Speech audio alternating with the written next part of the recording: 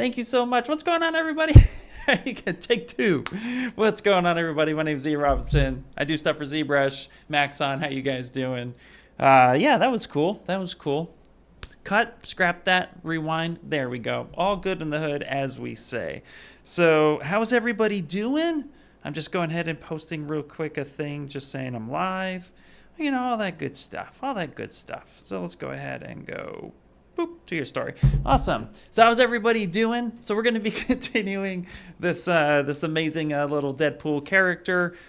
We have a few things to do. We still have some cleanup on it where I want to actually, you know, fix the gloves, maybe tidy up a few things, and then of course too we got to make his coffee cup because we're going to eventually pose him. But I do want to make him animation ready, so there's going to be a lot of fun stuff there. So what's going on, Mel, Jamie? How you guys doing? Aki, how you doing? Perdan Duck.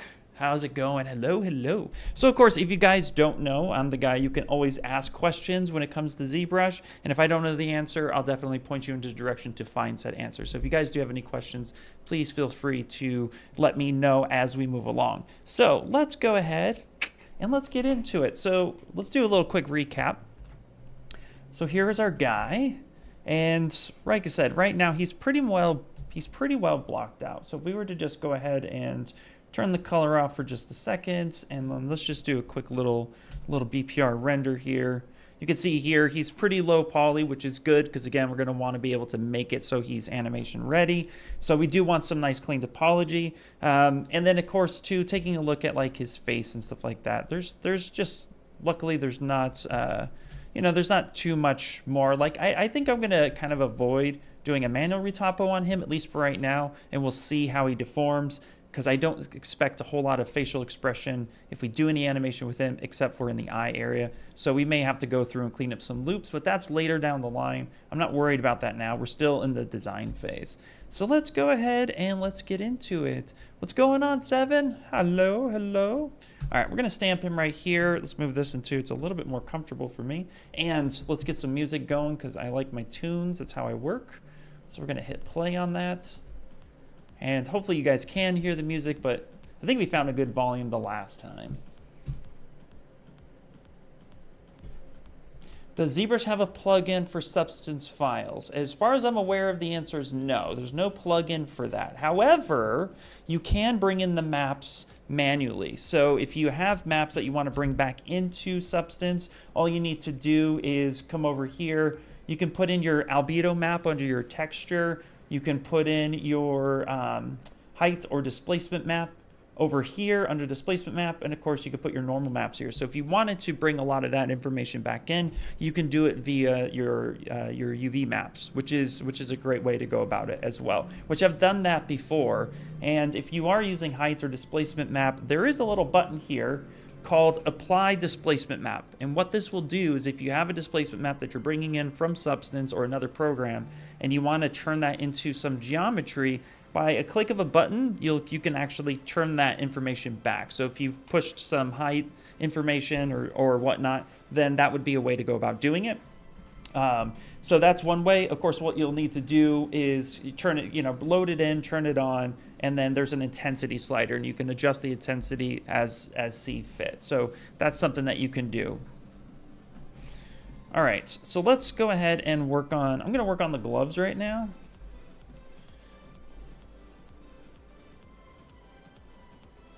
Does it have inbuilt alpha maps?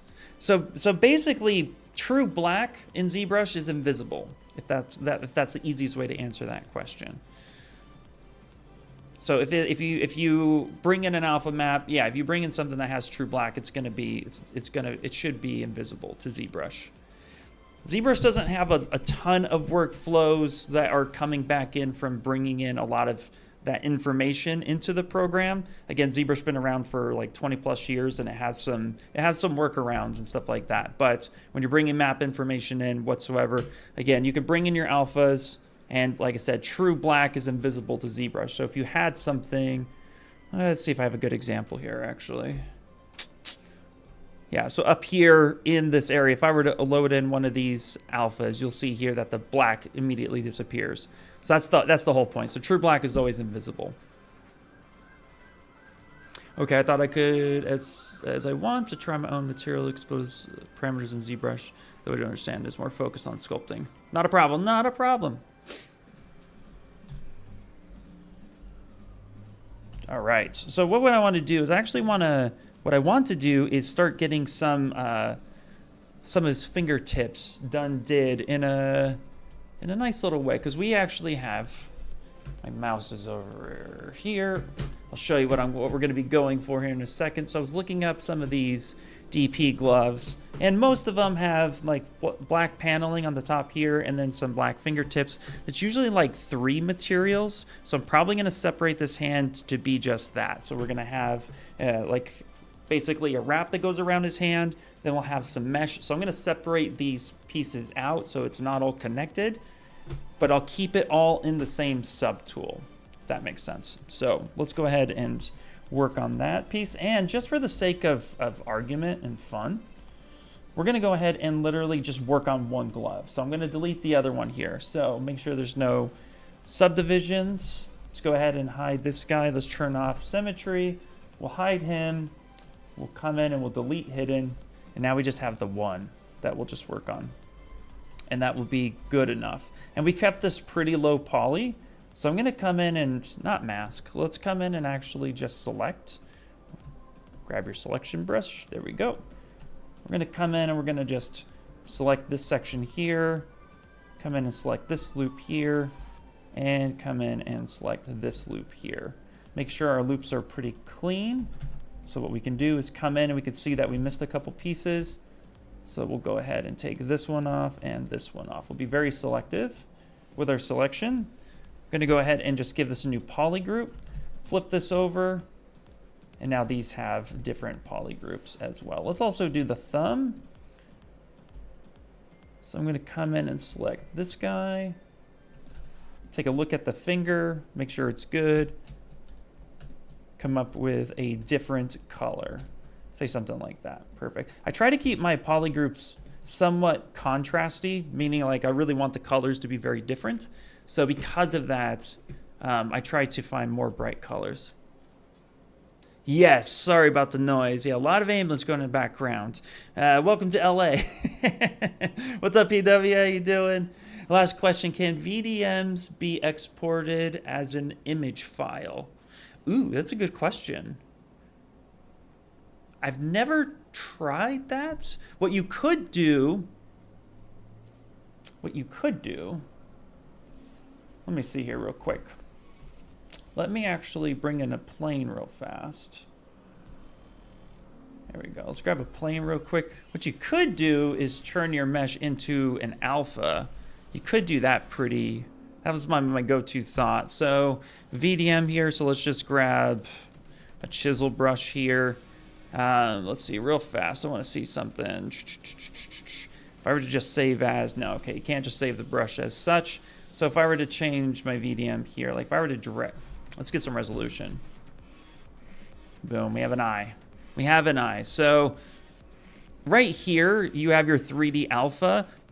That's typical. So you could just come in here and export this out. And this could be exported out. Okay, let's do this. Let's just export this test out. I'm curious now. And we're going to load up Photoshop real quick just to kind of see what that gives us. You should be able to just export that out, which would then be a 2D image. So let's see what we got, because it's usually alphas are driving it. The difference between a VDM brush and a typical alpha is the fact that it has this little 3D above it. So let's do this. Let's put up Photoshop real fast just so we can see. Let's go ahead and go open, because that's a great question. Let's go on my computer. Let's search. Let's search for stuff and things. Let's come up here to this. Let's open this up. And in theory, it should. Yep, there you go. Opens up as an image. So yeah, you can take those VDMs. Okay, that's fine.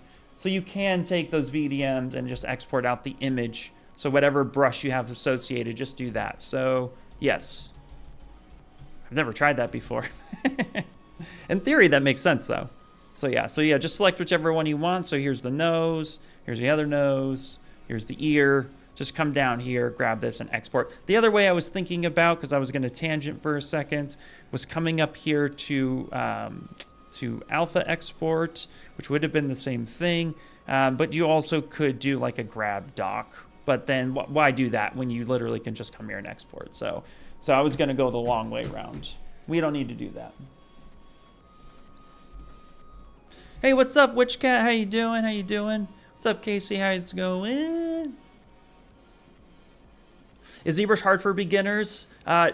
You know, it depends on the person, to be honest with you. I don't think it's incredibly difficult. I think it's very different, especially since ZBrush has been around for a long time, and ZBrush was invented when there was no UDIMs. It was invented when there wasn't a whole lot of like high-end programs being dedicated to studios. ZBrush came in and changed the game. So before then, you were doing a lot of box modeling and stuff like that, and then eventually ZBrush came in and allowed you to flip it, do the creation process, then turn around and worry about topology later. Because it was an industry game changer, it kind of made its own footing in its own way. So when you look at it from the very beginning of this project right here, it could be a lot to look at first. But let's start from the beginning. Like, I'll give you like a very beginning basic tutorial. Like, so much so I'll shut down my program here. And let's do this. Like, this is how I recommend you get into ZBrush. This is like we have a getting started series that we did with Anna Carolina, which really helps out, and I'll share that link here in a second. But let's just real quick, getting started in ZBrush. First off, you load up ZBrush, this is what you get. You get a nice home page that basically showcases all the things that are coming up. So, you know, I did a 3D printing series last month where we covered basic key cutting and how to go through and all the different ways you can do that in one video. And then we did another one where it talked about how to actually separate your model and, you know, create nice separation to have emerging for your parts. And then from there, we also had a guest, Scott Unruh, came in and showcased more stuff while I was at GDC. And then we wrapped it up when we had Tama from Lychee Slicer come in. We covered exporting out of ZBrush and into Lychee Slicer. So this is a great series. Definitely check that out. And then, of course, too, we had some other stuff going on. So you just close this down if you don't want any of that information right now because we're not focused. Right here in the very beginning, right here what you got, these are all of your basic starting project files. My recommendation, when you load it up, ignore everything you see except for this default sphere right here, default project. You're gonna go ahead and double click that, and that's gonna load up your sphere. The two things you wanna know is where are your brushes and how to navigate. So the navigation is really simple. Recommend you use a pen, but let's say you have a mouse. Even still, what you're gonna do is anywhere in this open space, if I just click and rotate, so that's left click. If I just left click and rotate, I can that's it. I'm just clicking and moving my mouse or my pen, and that is gonna just do that. If I press and hold the Alt or Option button, so while I'm pressing that button and I click in that open space, I can pan. And then all I need to do to zoom in and out is while I'm having my mouse still clicked, let go of Alt and I can zoom in and out. And the reason for this is because it's made to actually have you sculpt fast. So I can come in here, zoom in real quick, make some sculpting stuff. I can right click, rotate, so I'm not clicking my left mouse, I'm just right clicking and hovering over the sphere. Right click army for the win, right? And I can navigate this way. So I could come in and use the right click as well. So that's it. And you just want to practice that for a little bit. And once you practice this for a little bit, it gets really comfortable really, really fast. So very, very simple. And then Alt or Option has a lot of functionality. If I wanted to cut negatively, like right now you see my brush is adding and it's just a standard brush. If I press and hold Alt, I then can cut in negatively. If I let go, I start adding again. So Alt has a lot of functionality. I can hit F to frame it, and then that's it. That's all you need to know. Just those two things. Just get in there and start navigating. And then the other thing to know is brushes.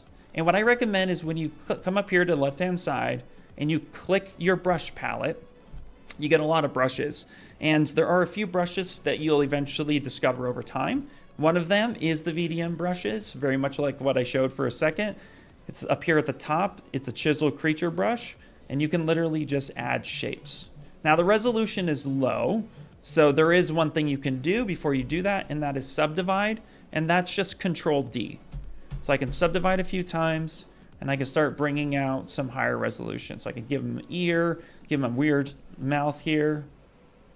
There we go, and we'll give him a nose. And of course, this is kind of busted, right? So Control Z, and then I can just turn off my symmetry for a second. I'll give him a nice little nose up here, and then I'll give him that same mouth. And then I'm moving around, and there you go. We made a thing. It's weird, but welcome to ZBrush. That's what we do. And then that's pretty much all you need to know to get started in the application. There are other aspects of it that, you know, how to save. Up here on the right-hand side at the very top of tool, you could just come up here and save, and you could save your project. And then if you want to add more subtools, all you need to do is open up the subtool and come over here. So you come up on this right-hand side, which you can move up and down. Open up the subtool menu, come in here and say, oh, I want to insert a cylinder. And then you can move this. And you can move this by hitting W, which will give you your gizmo. And you can move, rotate, or scale. And you can Control Z those as well. So then I can just navigate on over. There we go. And we just made an NFT, and we're good. So, and then it's just practice the sculpting, adding the tools, playing with each of these brushes. Like you said, you have some sculptural brushes, so it allows you to add some sculptural detail. You also have what's called curve brushes, but all I really recommend is that you come in here and play. Here's what a curve brush does. Let's give him some hair. So we have a curve alpha, and we'll give him some hair. Well, we can't do that because we have subdivisions. So one thing I can show you is come over here on the right-hand side to geometry, delete those subdivisions for a second, and then you can draw out some hair. There you go. Boom. And you can click anywhere to get rid of that curve. Control drag will actually clear a mask, and then you're playing. So you can create some really weird, interesting stuff, but and then you just get comfortable in that. And once you get comfortable in that, then you'll check out the Getting Started series, which will help navigate a lot of that stuff. And let me share that right now. So we're gonna come over here, and I'll show you how to get to it. It's really simple, and it's completely free, by the way. So all you need to do is go to maxon.net, and then you'll come over here to Learn, and then you'll come down to Cineversity. Let that load for a second. And then you scroll down and boom, Getting Started with ZBrush. And if you click that guy, Anna will pop up, autoplay for you, and she'll start telling you exactly what to do, which is super fun. So let me go ahead and actually share this link with you and get you going. But again, every piece of software is super different, and you just got to get in and play with it. That's with anything. It doesn't matter if you want to learn ZBrush, Cinema 4D, Redshift, Maya, Blender, 3ds Max, Photoshop, Substance Painter, whatever it is you want to learn, just give yourself like a couple weeks to get in there and just play with the software. And eventually, you'll just start getting super comfortable that you can focus on other things. And the thing to remember, and this is my biggest tip, is that when you are learning how to sculpt for the first time, like you've never touched clay, you've never touched, you know, any type of digital software, maybe you've never 3D before, maybe you've never 2D before. The thing you want to remember is you want to separate your learning structure. You first need to learn the tool. How does the tool operate? So figure out what that tool is. Then you need to learn the artistry behind it. So for me, it's like I need to learn and always study anatomy. I need to learn character design. I need to figure out form and function. I have to understand how something functions and works in the real world in order to display that and have it be somewhat believable in 3D. Well, when you're learning a piece of software and you're learning how to sculpt for the first time, those are two very different learning paths. And a lot of times I see artists, they'll just come in and self-included, guilty, hashtag, I was trying to learn everything all at once. And you're gonna break your brain. And you don't wanna do that. You wanna separate this out into subjects. So think of it like when, you know, if you're in school currently, or if you're like me, who hasn't been in school in a long time, if you think back to when you were in like grade school, middle school, high school, especially middle school, high school, you had your math class, then you had your English class, and then you had your art class and cooking, etc., right? Well, you didn't go into math class and still try to study English. You went into math class and focused only on math. Then when you left, you put that homework away and you went back and you went to English class and then you only focused on English. It's the same idea.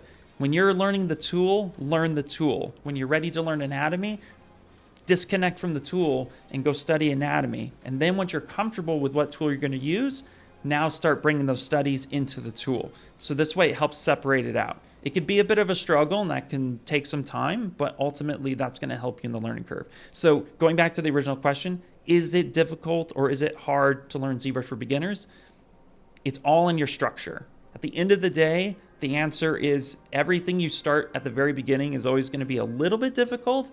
But if you have good tenacity, you really want to learn it, you're passionate about it, you're going to jump over those hurdles really, really early. So hopefully that helps. It was a long-winded answer, but there you go. Ian, Naughty Dog finally hired me as a character artist. Woo! Dude, Afshin, that's awesome, man. Congratulations, dude. Oh, that is so awesome. Congrats.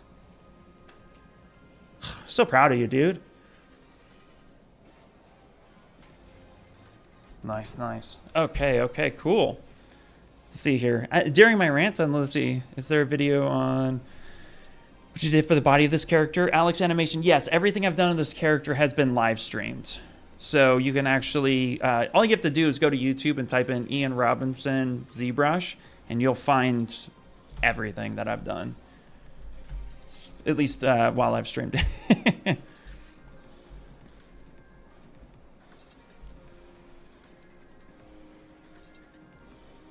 Very cool, man. Very cool. Okay, so we have this here. So I'll take a, let's see where, I got a question. When I do the ear parts at 128 Dynamesh, I'm already messed up. What should I do with that? What do you mean it's already messed up? Is the resolution too low? Like what exactly do you mean? Okay. So what we're going to do is, like I said, we're going to separate some things out. So I'm going to just make life a little easy on myself, and we're going to split this off. So where's my hand? My hand is here. I'm actually going to, let's do this. Let's move the hand out of the body for a second, and let's put it in its own folder. So Control F, we're going to go with hand. And then we're going to go here, and let's go ahead and split hidden. So this way we only have the hand to worry about. We're just going to hide everything else using our subfolders at the top. Okay, and now we can focus a little bit on this part. We also did have this little guy right here that we had used. This was like a temporary placeholder to have something on his hand. I don't like it, so we're just going to go ahead and delete that. And we're going to come back here, and we're just going to focus on this guy. So now, taking a look at my reference for a second. Oh my gosh. Sometimes this mouse only likes the mouse pad. All right, let's come back here. Let's look at our gloves. So we have some good separation a little bit beyond the knuckle here. So we want to make a strap, and then we want to have like that kind of material on top, which is pretty cool. So we're going to use a little bit of our own interpretation here. We're not going to follow this 1000% to the letter because we want to keep it cute as well. So I'm going to come in here, and we're going to just turn on local symmetry, but not dynamic. And I'm going to just kind of scale this up a little bit. In fact, actually, I'm going to do Control Inflate to Scale. Just have that come up just like that. This will give us a little bit of thickness. And then here, I'm going to turn on Z Modeler, make my life a little bit simpler. We're going to hover over an edge, and we're going to go to Close Holes, and we're going to go Convex Hole. And we'll get some end guns, which is fine, but I want to... Yeah, it's fine. I'm going to come in here, and we're just going to get a little bit of this, and I'm going to just tap and repeat this so it's all the same. I'll just make it all one poly group. There we go. And we can make this all one color too, which that should be fine. We'll just keep this red for now. Okay. Now what I'm going to do is I'm going to split this off. So I'm going to Control-Shift-D. I'm going to duplicate this a little bit. And again, going back to the hand, I want at least up to the palm relatively. I want at least up to, this will be the fun part, at least here. Let's do this. So let's grab the selection tool.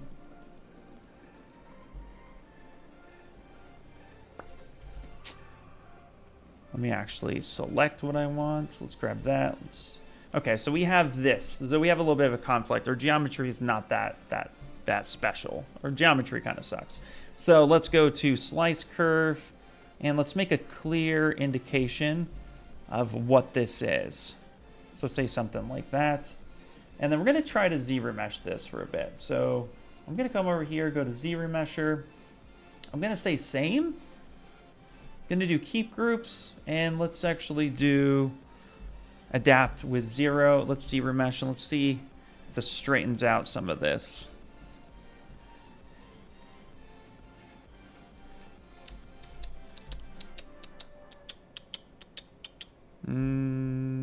Okay. Okay, let me see something real fast. Let's do one more here, because I want this section. Is that what I want?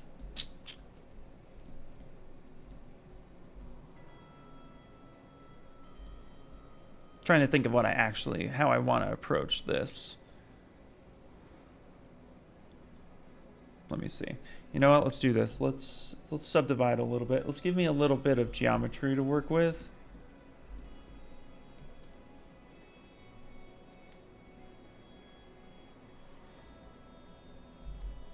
Want that? Welcome to my brain when I think. When is the mask coming on? What's up? What's up, Jax? How you doing, man? It's coming. What's up, Dustin? How you doing?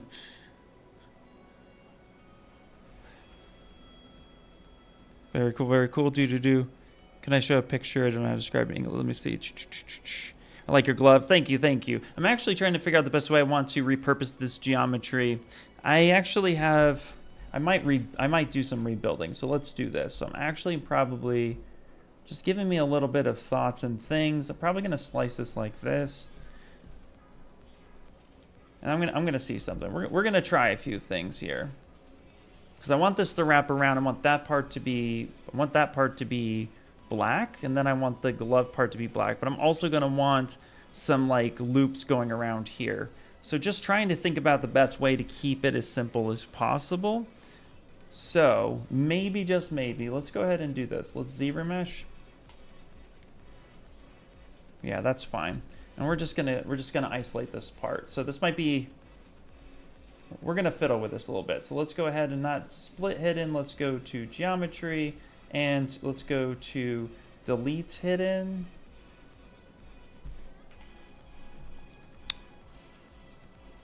Let's see, And can you tell us which one is better, manual retopology or ZRemesher?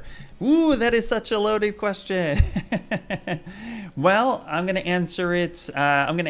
So don't worry, I don't shy from questions like that. So, what's better? Well, it's project based. So here's the thing: you got to understand why do we manual retopo? This is a question in which I think, for the most part, I think a lot of times there's a little bit of misunderstanding on why the reason for manual retopology. And ultimately, it boils down to manual retopology is there for ultimate control. You want to be able to control exactly what your mesh looks like, how it deforms, what is overall the thing you're trying to achieve. And this boils down to animation and rigging and being able to move your character as flawless as possible, right? This is what you ultimately are trying to achieve when you're animating. And this is what manual retopoing can do. It can help provide that control for you, so then you can turn around and essentially not have to worry about too many deformation points, too many weird pinches. It will look the most natural this way. ZRemesher was designed to get clean topology relatively fast, but there's not a lot of control with it. There is some basic function in which you have the ability, of course, to want to, you know, to be able to control it. But ultimately, you're not going to be able to 100% have it come out perfectly. Even with a lot of tips and tricks I've shown where you use polygroups and you separate things out, then you ZRemesh, it's still not 100% guaranteed that it's going to go in your favor. I have done some projects that have been ZRemeshed and got rigged really, really nicely. However, at the end of the day, this is where I implore you to always check with your team. I've done a few projects. One of them was for Coach.com. We were in a huge hurry, and the pressure was on to finish the job. This was about 3, maybe 4 years ago now, which is a little bit insane to think about. But the thing is that we actually needed the stuff to be completed quickly, and in order to do that, we had no choice but to turn around and just ZRemesh and fix it, and then get it to the animators so they can test it. What happened was, my surprise was when I just did a ZRemesh, meaning I broke up all the groups and I used the polygroups. There was a couple poles. I fixed those poles, and I thought, man, this is a little rough, but I'll send it.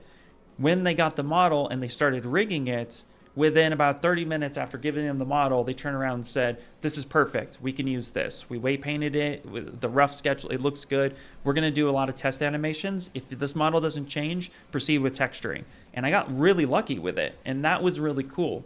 So ultimately, you want to lean in on manual retopology. Also, the reason why you want to lean into manual retopology is really simple.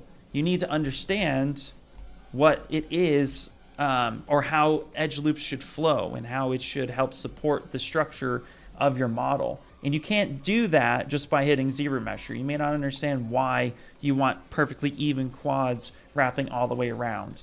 Those are things that you want to learn. So even if you never really plan on doing animation, experiencing manual retopology is going to help you out so much, because it's going to provide to you the understanding of topology and the way it supports the structure. Let me know if that helped out, but that's ultimately it. Okay, so I'm gonna use this as a strap, and we're gonna come through here, and we're gonna go with flip normals, not the YouTube channel, and we're gonna go ahead and just make that so it looks good. I'm also doop-a-doop-boo.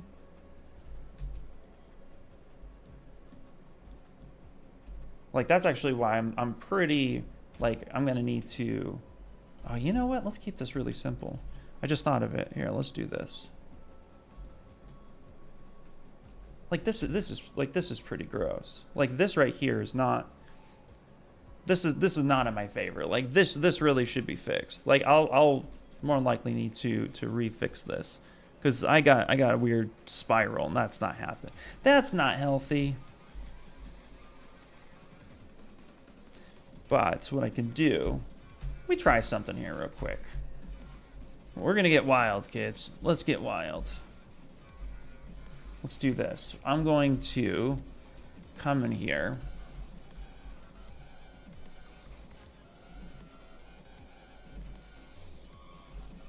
Let's go ahead and crease. Let's grab this guy. 1, 2, 3. We're gonna crease this edge. We're gonna subdivide a few times.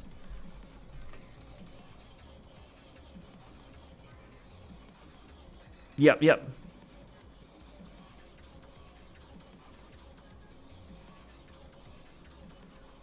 Boom, boom. Super long-winded rabbit hole, but you'll get less errors and weird bugs when you treat your topology with respect. Absolutely. Okay, so I'm going to go ahead and delete this. Okay, so I'm deleting lower. What I'm going to try to do, I'm trying to basically kind of salvage some of this here. And what I want to do, we're going to go back to slice curve here, and we're going to slice this right down here. Right down the middle. Say something like that. Boom. Okay, and then we're going to do this. We're going to come up here, and let's actually go to crease and crease our Paul Gabries. Not uncrease. There we go, crease, there we go, perfect. So now we have this. We're gonna try to use this creasing to help us get better topology here. So let's come in here to ZRemesher, always save your work.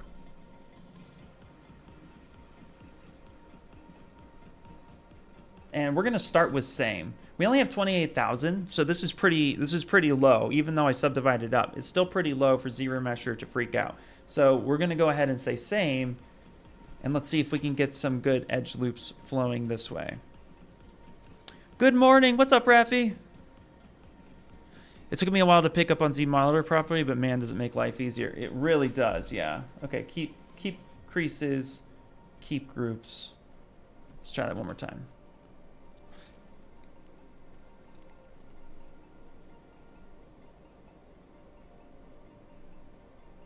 Happy for the guy that got hired by the studio. I gave up sending applications, been freelancing for the last years. Hey, freelancing is definitely a good route, man. I spent all of the pandemic freelancing to get into the industry, so absolutely. What's up, Anna? How you doing? Everybody, if you guys don't know Anna, you have to follow her. She's an amazing artist, and she's also a live streamer here. So everybody say hi to Anna. Hi, Anna. Okay, there we go. So we got some pretty good creases. All right, so these creases is helping. Now let's see how low we can go. How low can we get? Yes, there we go. Boom, boom. But see, here's what I mean. Like, I would absolutely say, like, okay, this is pretty good. But look, I got some funky dunky stuff happening here. Now we can actually try to fix this, by the way. We could come in here, hover over this point, and we can see, like, what happens if we stitch that. There we go. We got that pole right there. Come in. There. So we got some poles right there. Got a pole right there. Got a random pole right there. That's okay, though. You know what? That's going to be close enough for what we need to do. There we go. There we go. Okay. So let's actually get rid of this guy, because I was not a fan of that guy. Here's what we get to do now. So we get to click this one. We get to come in here. Now we get to kind of separate this a little bit more. So I get to come through here, and we can do split hidden. Boop. So now we have our hand broken up into several pieces. And of course, too, I chose like the worst color to do this. But then let's actually come over here to ZModeler, hover over that edge. Again, make sure close is on. We can close that off like that. Yeah, that'll be pretty good. And let's do the same thing here. No, let's just touch that. Boom. That way it stays about the same. There we go. There we go. Perfect. Okay, we figured it out. Sometimes it's just about troubleshooting. I'm going to scale this up a little bit. And then we're going to take the move. I'm going to push this geometry around a bit. We can even grab this guy. Just move this in like such.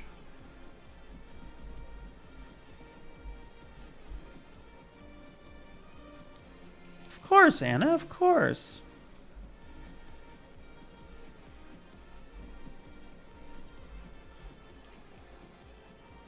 Oh, thank you, thank you. Yeah, no, we're having fun already. Drop my coaster on the floor. All right, we're just figuring out how to make this hand work, which so far I'm liking it, or at least we're getting a little bit better on that. Okay, we can actually scale this down just a little bit more. Because again, this is basically going to be like a plastic material. And like I said, we will be moving this character into Substance Painter. And because of that, just want to make sure that there's just really nice, clean material separation and make it easier.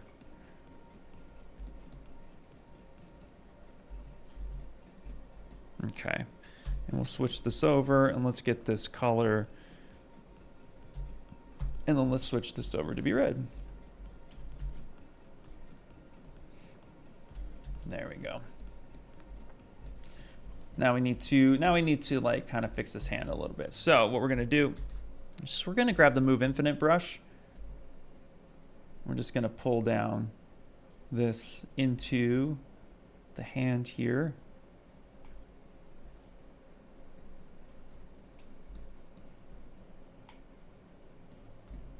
There we go. Say something like that. That way, just make sure it's looking pretty good, and let's do the same thing with the thumb. So we'll start pulling this in. And here, let's reshape this a little bit. Showcase that silhouette has a knuckle, just a teeny bit. There we go. And there we go. All right, cool. And then now we can actually put like some wraps and stuff around a bit.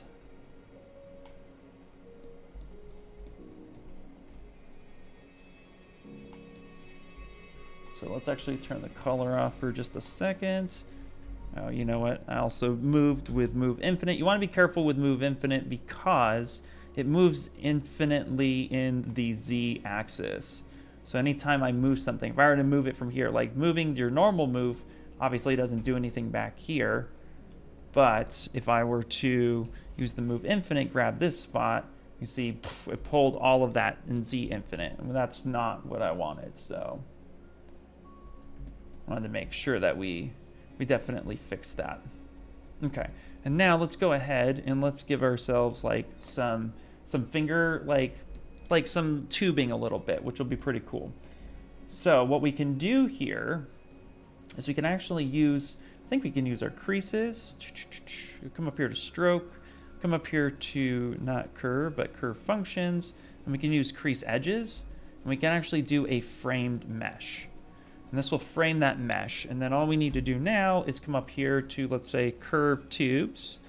Curve tubes, so let's go C for curve, and then curve tubes. Boom, there it is. Go ahead and pick a draw size, tap one time.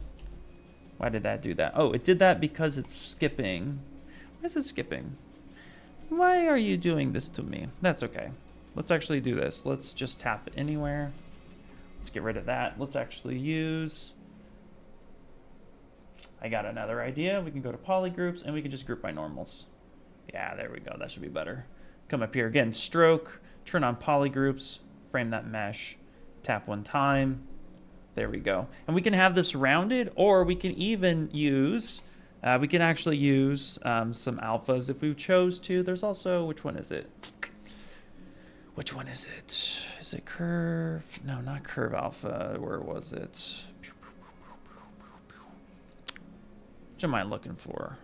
We can use curve strap. That works. No, not that one. That one's not what I want. Let me see. Hold on one second. There's another curve brush I'm looking for. And when I see it, I'll be like, aha, that's the one. Is it curved surface? No, it's not curved surface. You know what? Let's just go curved tube. That's fine. I'm overthinking it. Or is it curve? Or is it...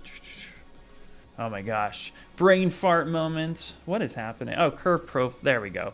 Extrude profile. That's what I want. So now we can come through here. We can actually make this like scribe. So we can come in and click something like that. There we go. So let's see. Let's do scribe 9. Yeah, that gives us some cool information, I think. That gives us just a little bit of depth right there, which is super nice. Now we're going to want to remember what we clicked. So let's go to S for draw size. Let's go 4.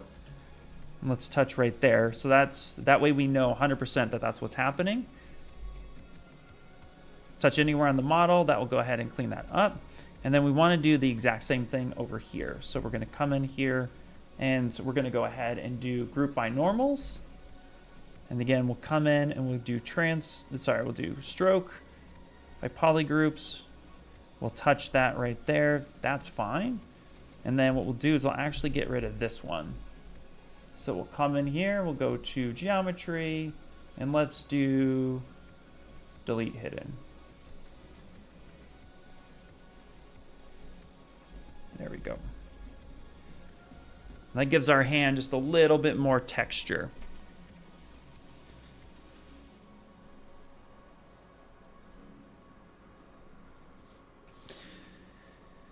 Is there a way to apply an alpha in a rolling manner along a curve? Like on a curve, like is there a way to apply an alpha on a rolling manner along a curve? Like what I just kind of did right now on like a curved line, or like as you're stroking?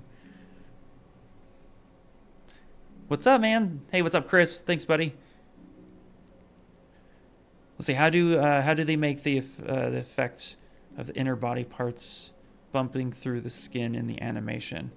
That's a great question. I'm not an animator, so I don't know the wizardry of animation. I just understand the core functions of it, but I would imagine a lot of it has to do with just planned movements. I honestly have no idea how they... Animation is one of those things that I wanted to stay a mystery to me on a curved line. So to answer your question, on a curved line, like you want an alpha to be drawn on a curved line? Not really, but you can make your alpha a geometry, which is what the extrude profile is, that then takes that shape and allows you to do it. So alphas are usually used for sculpting, like sculpting brushes. But for curve brushes, I can't access my alpha. So I can't directly use an alpha for this. However, if I go, let me see here. Okay, to mesh. So if I come over here, give me a second. I think this happened, this one came out in 2021, I think. It's been a little bit. Okay, so you can actually change your alphas into something like this. So let me actually come up here. You could also, trying to think, it's been a little bit since I've done this. That seems to be my go-to answer for a lot of days. So I'm gonna grab a curve here. So I'm gonna grab this, and let's just do, let's see if I remember how to do it. Come up over here, and I wanna do this hex, and then I'm just gonna hit save real fast. And I'm just gonna load up a cylinder real quick. And let's just turn perspective off for 5 seconds. Okay, so here, then if I come up here with this alpha and I say to mesh, this will give me something like that. Is that how we do it? Is it flat? Flat to mesh. Alpha flat to mesh. There it is. Yes. Okay. Been a minute and a half. So flat to alpha to mesh gives me this shape. And then let me see here real quick. I come back to my extrude profile.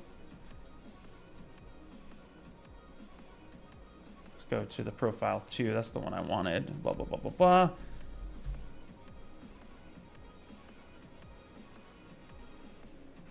Was it from here? Was it this one?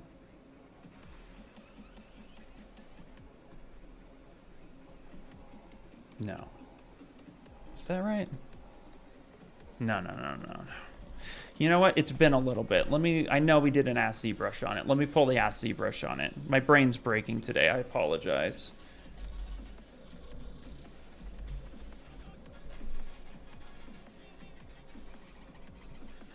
And we'll just look it up together because I'm drawing a blank. I apologize. I know we did a thing on it. And this was what you would want to be. I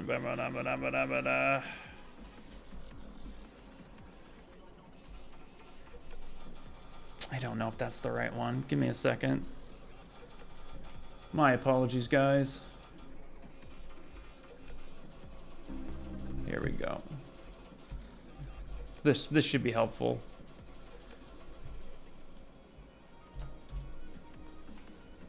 In brush. Oh, yeah. No, gosh. It's collapsing on me. Yeah. In brush settings, insert mesh. Yes. You're correct. You are correct. Yeah, and then append. There we go. And it should be, there we go. Yep. Thank you. And that we all struggle sometimes. I'm gonna die on that hill. So there you go. So yeah, so let's repeat that. So once you get your main shapes, let's start over. Let's do it together. So let's start over. So when you have your main function here, so you have your main alpha. Let's go back. So let's come in here. Let's grab our alpha, and let's just go ahead and let's just come back in here. Yay! Learning. We're both learning. So we have our main shape. That's totally fine. Then you want to come up to alpha, choose flat, and then to mesh. That's going to give you your main mesh right here. And then you can also fix this mesh up. That part's there. And then once you're here, you want to come in. You want to grab the brush that you want, or create a new brush if you would like to. But the extruder profile should be it. And then as shout out to, where was it? Who helped there? Cinna or Sinan. Come up here to brush and then just insert that and just append it. And it will add up here at the top. And then if we get a nice big brush, there you go, there's your shape. I don't like my brain fart moments, but I'll own them. Thank you guys, thank you. What's up, Chase? How you doing? There we go. It's one of those things where, like, Mustafa, it's one of those, it's like, there's so many cool aspects and features in ZBrush, but there are times where I just die on my hill with my workflow. And so a lot of this stuff, I'll sometimes just sit there on my own for like 10 minutes and just like figure it out. So, you know, it happens. I always joke there's like, for every $1 you've spent on ZBrush, there's a feature. There's just a feature for you, and there it is. And a lot of my stuff is just on default brushes. I actually don't build a lot of custom brushes. I should probably do more of that, if I'm being honest. But nonetheless, we learn together, and that's all that matters.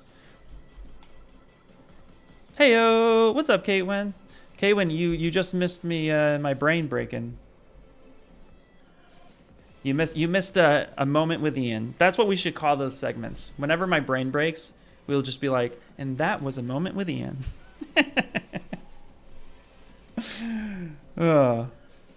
Okay.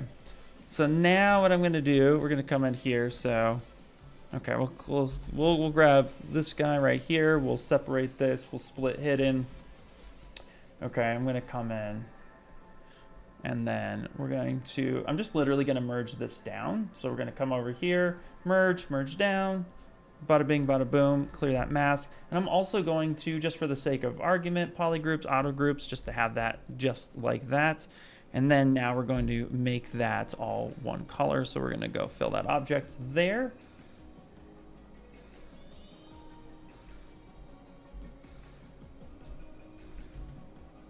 I'm going to fill this color. And then we'll switch over and fill this color. So we'll have something like that. And then we do want to put some sort of, I was thinking about putting some sort of plate or some texture here as well, because he usually has like some knuckle guards or whatnot. So we can actually put a few of those down. And what we could do is we could just build on that. So let's come over here to topology. We're just going to draw our own. So we'll come up here to stroke. Go up to lazy mouse, turn lazy mouse on. Let's get a nice lazy radius. So we're going to do this guy. He has a different couple plates. We're going to come in. I'm just going to do this.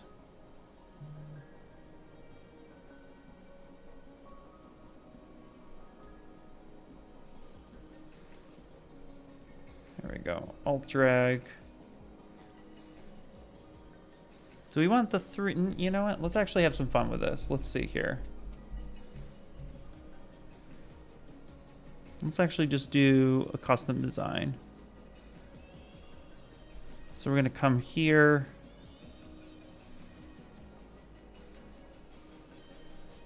I'm going to turn off color for a second so I can see a little bit more.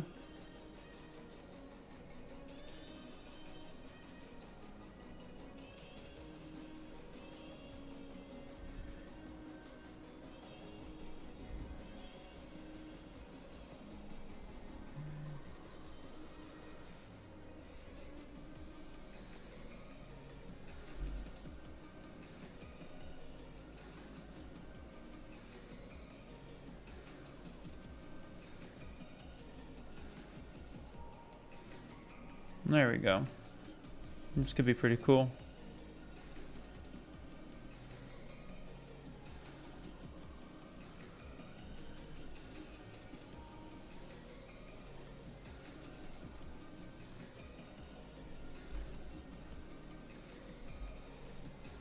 Let's do this. Yeah, this could be pretty fun.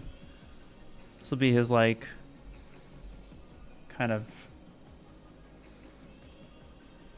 Actually, let's not draw those lines there. Let's just alt drag this, and then let's extrude this up. So I'm just going to go ahead here, and if we tap one time on the lowest brush setting, and then we go to split and split unmasked points, you'll see here we now have this knuckle shape. And we can actually now just use the modeler to come in, and let's actually go insert multi-edge loop, keep polygroups. We'll add in some of these like this. Got all this creasing, which is totally fine. So just go to geometry, and then let's just go to crease, uncrease all. Boop, done.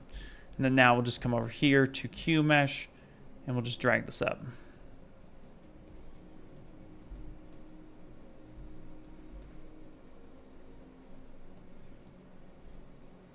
Cool. Let's just grab our move infinite, hit every button but the ones we want. That's how we do it. And then we'll just try to rearrange this a bit. There we go. Have to do it again, yeah. It's a huge software. Thanks for showcasing the workflow. Absolutely. Absolutely.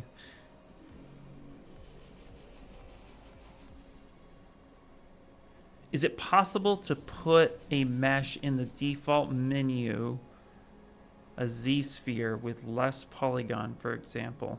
I'm not quite sure I understand the question, to be honest with you. Is it possible to put a mesh in the default menu? Like, what do you, like, yeah, if you can elaborate a little bit more, because I'm not sure I understand what's, like, you can do a project startup. You can start up with a project. Yeah, that's default, which is basically what all of these are. If you go up here to project, but yeah, if you could explain a little bit more what you mean, that would be great. You can also save over these things too. Like, you know what I mean? Like, here, check this out. I'll show you the easiest way to do it. Easiest way, if you're like you're somebody who always wants to start with like a different thing. We'll fix it. We'll play with that. It's just like a little plastic design. We probably won't even see it. Okay, so let's go here. Let's go to save real quick. And let's say, yeah, we just saved this. So here's the thing. What you could do is you could just come over here, default project, right? And you can come in here just like such. And you can actually switch this. Here, let me show you a cool trick. So if you have your IMM primitive shapes and you have the gizmo up, and you use the arrow key to switch between any of these, you're going to switch to a different shape. And there is one that I like, which has a pole to it, but I use it for eyes all the time, but it's like this one, or you could switch to this one, whichever you want. And then what you do is turn off perspective for a second, come over here, and just like switch that back to the home position. So make sure symmetry is turned off, because symmetry gets turned on by default in that project. So just hit X for X-ray, just hit X, recenter that, unlock this, and then home, and then it's center. And then literally just come up here to file and hit save. Oh, are you kidding? Okay, come up here, hit save, replace it. There you go. It says it couldn't do it, and then it just lets me do it. Now, when I load this up, it should be right there. That's one way. There is also a plugin which allows you to do startup projects pretty well. Actually, was it only have to do, let me see here. If I do I do store config? There's a startup project one. Do I have it downloaded? If not, I'll send you that one. That one's really cool too, because then you can just save startup projects, which I don't think I have it installed here. So here, let me Google it real fast. So if we go ZBrush plugins, download, and go here to ZBrush plugins. There we go. Boom, ZBrush plugins. There is one that you would want to download, and I'll share the link. Startup utility. So you want to download that one.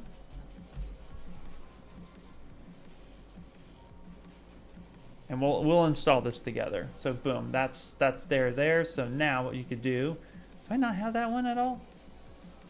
I thought I had it. I don't have it. Okay, great. So we'll just close ZBrush down. Let's load up where that file is. So I'm gonna grab this, gonna go to downloads. Gonna go here, just gonna grab that. And then on PC, let's come over here to our disk. Let's come up here to our program files. Let's come over here to what version we are rocking, which is ZBrush 2024 for me. And then I'm gonna come over here to Z Startup, and then we're gonna go to Z Plugins. Now, before you do this, let's extract it. So I'm just gonna go to my desktop real quick, and I'm gonna go ahead and paste that there, and just go ahead and extract here. Boom, there it is. So now I have this file right here, which is the startup utility and the folder. So I'll grab these guys right here. Actually, no, won't grab that one. I'll go in here to the folder, grab these two right there, come in here, and then we're just gonna paste this right in there. So now we got startup utility and the ZSC file. So that's it, we're installed. Let's load this back up. Okay, now there it is. You can already see that I loaded ZBrush. You can see that there's that project that now has the low poly sphere. So I just overwrote that default project, and that will do that for me. But now let's say we wanted an auto startup. So here I should be able to go to Z plugin, and down here at the bottom, you have Z startup utility. And this is what you can use to actually do stuff. So we can have rotate on Y automatically turned on. We can have bath face mask automatically turned on, because people seem to love that, because I do. It's one of my favorite features in ZBrush. And then of course too, we can just install a custom startup. So now we have this. Let's go ahead and do custom startup. Auto start takes place on the next one, which is great. So let's just turn ZBrush off. Now when I open up ZBrush one more time, it should do that for me and get me started. There it is.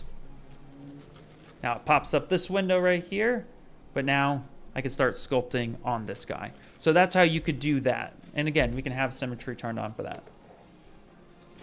It's really useful if you're only working on a very, it's useful if you want to start up like this every time, or if you want to start with a project every time. So let's say I always want to open up with my chibi Deadpool character. So same thing. So I would trim this guy on. There it is. Everything's looking fine. Like, great, this is what I would want. Come up here again, Z plugin, startup utility, come through here, and then pick everything that I would want to have, and then just say install that. And now it's going to go through and do that. Now, if you move that project file, there is a tendency that it could not start up that way, because if it can't find it. But if you are not satisfied, or if you need to uninstall at any time, you can just come in here and uninstall your startup, and that will completely remove that, and the ZBrush will start normal. So there's a few ways.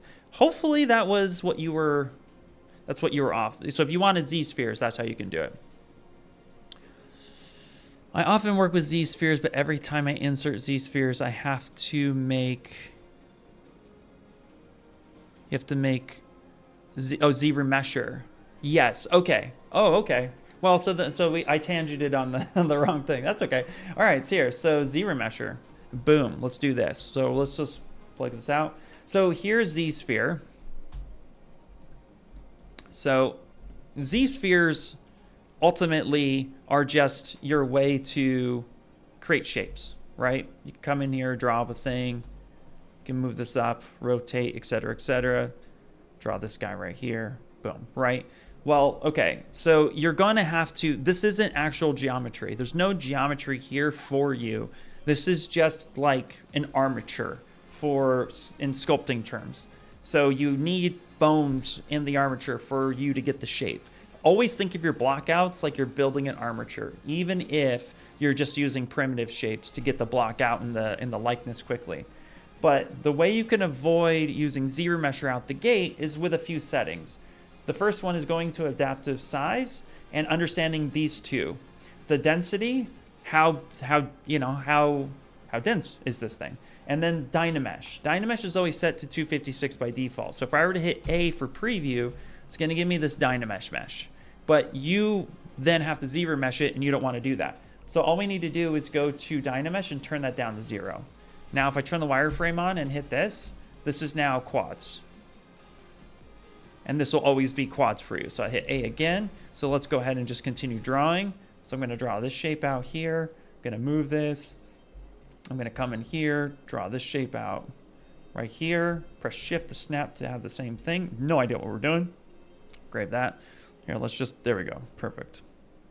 Now if I hit A, there you go. There's my mesh. This is relatively clean mesh. I can even drop this down to be 1. So this is less dense. I can drop this up to be more, which would be more dense. But let's stick with 2. 2 is a good number. That's why it starts that way. And then make adaptive skin. So now you have this mesh here. And now you don't have to ZRemesh this. And this is all quads. Everything about this is quads. Even from the backside here. Come on over. This is all quads. So building an armature this way, this was how you would be able to do that. It kind of looks like a weird raptor leg. Man, I need to watch you more frequently. Seriously, Z Guru.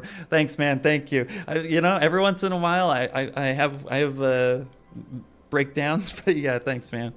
Yeah, not a problem. Not a problem. There you go, Caitlin. Great stream. I hope you're doing well. Quick question. Any tips to keep yourself motivated? I struggle a lot to get some models done, especially when it's for free or my portfolio. Yeah, that's a tough one, dude. That's a tough one. 100% real with you. I struggle with that. Like, it's tough to get motivated, especially when your job or your, especially if you're not in the industry, which I remember struggling to get into the industry and really having a hard time finding my place. And it was actually really difficult to sit here and go to work, come home. I have kids. So I got to spend time with kids. And then, I'm just trying to figure out life itself, right? So I understand. It can be very difficult. The thing that I preach a lot is do what you're passionate about. Do what you absolutely love. Fun fact, I was actually told by a few people when I was struggling because I did a lot of fan art. And fan art kept me motivated.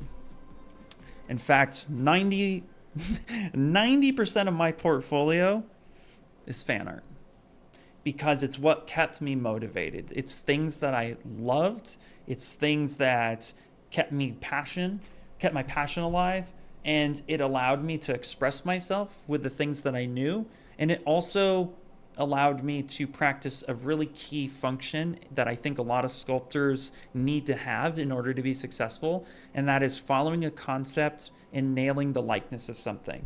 And if somebody recognizes an IP like Vegeta, and if they can look at this and say, this looks like Vegeta, then you did your job as a sculptor. You followed a concept and you did it. But I love Vegeta all the way down to his buns. Just I love his character. He's super awesome. A friend of mine, one of my best friends was like, I really want a Vegeta piece. And I was like, I got you.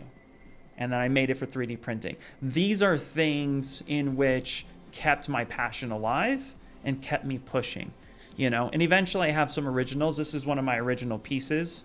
I did a nice little robot very recently, but I didn't get to this part you know, quickly. It took me time to do that. This is also an original piece, but still based off a concept from coach.com. So at the end of the day, what am I trying to say? I'm trying to say that if you love what you do, it makes it easier to stay motivated. So hence me making a chibi Deadpool. I'm still looking forward to this stream because I'm like, I get to work on them again. I get to do more. So these are things that you really want to like, you want to be able to like, give yourself a little bit of slack. Understand that you only have so many hours in the day, but when you're in love with something, it makes it easier to really push it. So hopefully that's helpful, but that's my method. That's my philosophy. That's what got me waking up in the morning and doing the stuff that I wanted to do.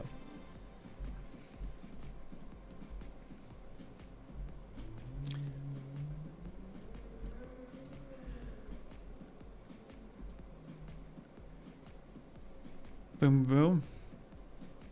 Yeah, not a problem. Absolutely, man. I think more and more artists. I love talking about this stuff. It's real. You know what I mean? It's fact. It's what we all deal with. We all struggle with this. And it's so funny because there are some top name artists who I've spoken to that are like been doing this for a long time, and I'm like, how are you still doing this? And they're like, I ask myself the same thing. It's very hard sometimes, And just when you think you got a grasp on life, it tends to do a thing for you. So, but yeah, keep it up. Just keep your head high and enjoy what you do. Don't let anybody tell you no. Unless it's truly awesome advice. Unless it's like, no, you really shouldn't be doing that. Try this instead. Like if it's like critique, take critique. But as far as like what you want to do in the world and your passion, yeah, go for it. Absolutely go for it.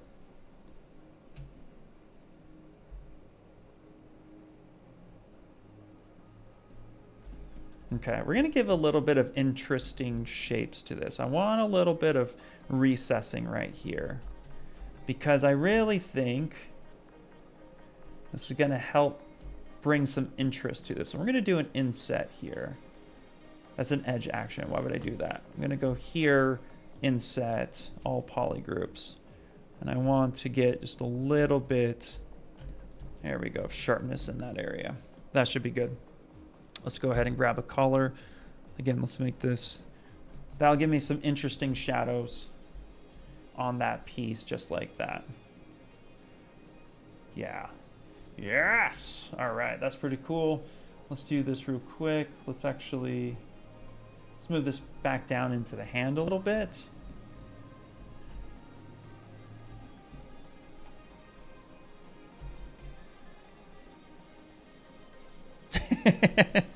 Great motivation.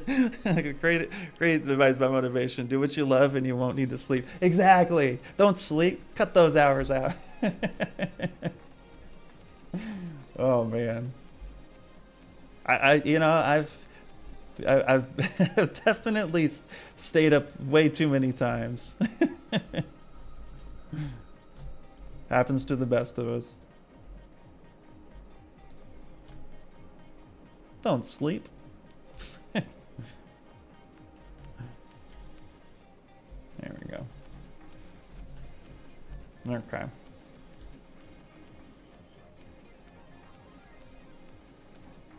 There we go. Okay, let's figure out what material this is. So I did a basic material here, which is good. I did that for the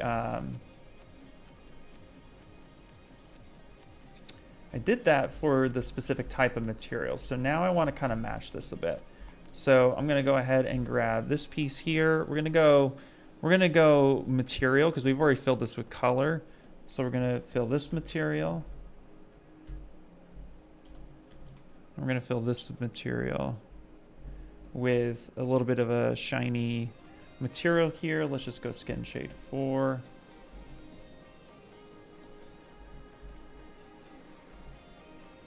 Actually, let's do basic material. Let's see.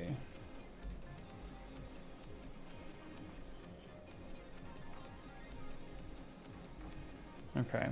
It looks weird, so we're also going to fill his fingers with the same material. Yeah, that looks better. That feels a lot better. Okay, great. So now let's just do this. So we're going to go ahead and makes no. Let's see. Let's go hand. Let's just save it real fast. Let's go hand and let's just merge the folder together so we get the one hand here. There we go. Perfect. And then we're going to go ahead and geometry, mirror and weld that.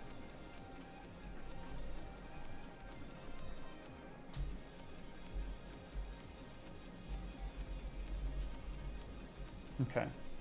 Now we don't need this one. Oh no, we do need that one.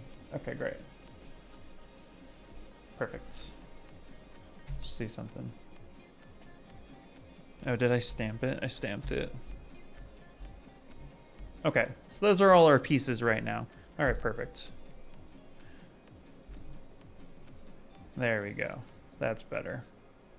Nice. Okay, cool. Some more interest to his hands. So it's little things like that. You know what I want to do too, actually, is now that we have some interest in his hands, there's less interest in his uniform, which means we now need to introduce that same type of interest into the rest of his suit. So what I want to do is just with this, we'll come through here. Okay, if I hit Shift D, then that's going to drop down my dynamic subdivision. So that's just giving me a preview.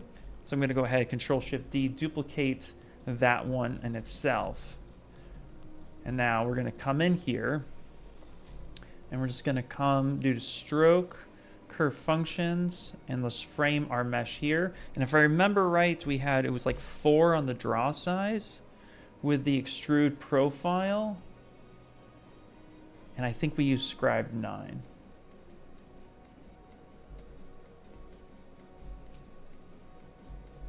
Yes, we did. There we go. There we go. Perfect. Yeah, that's cool. Don't sleep till Brooklyn. I love that song. When you are in that flow state. Absolutely, yeah. Yeah, you don't even feel like time is passing. What time is it? It's only 11:50. Yeah, we get time. Yeah. So it's rough after 9 hours of work that I'm going to go into Blender. Yeah, I feel you. No sleep. Do you pose your models in ZBrush or do you use another software? I typically pose in ZBrush for the majority of my statue work. If for whatever reason, I wanted to play with Character Creator a little bit more, I just haven't had time to learn that one. I typically don't rig my characters too much unless it's requested, but even then, I don't typically do the rigging aspect. I get to hand my models off to someone else. Hashtag thank you. But yeah, so I don't typically do any rigging. So most of it's in ZBrush to answer your question.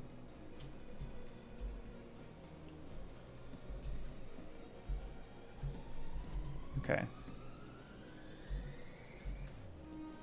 Oh, hello there. We got a little extra geometry. Okay, perfect. Got some tubing here, so let's go ahead and just delete hidden.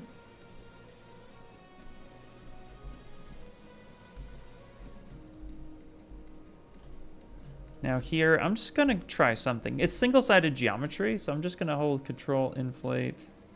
No, don't do that. Okay, so what I wanna do is actually bring a lot of this mesh down. So we're just gonna start moving this into our tubing so that it has a nice connection.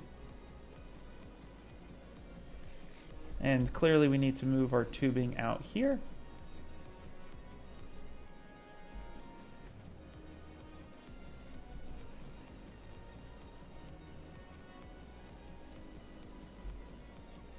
There we go.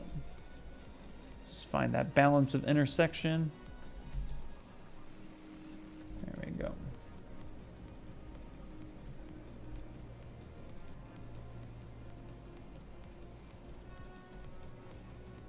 for here, we can actually, let's actually hide the belt bags for a second. Let's move this in like such. Keep clicking the wrong button. Take a nice big brush.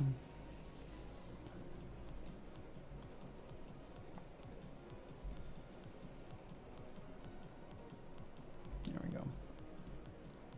Okay, cool, cool.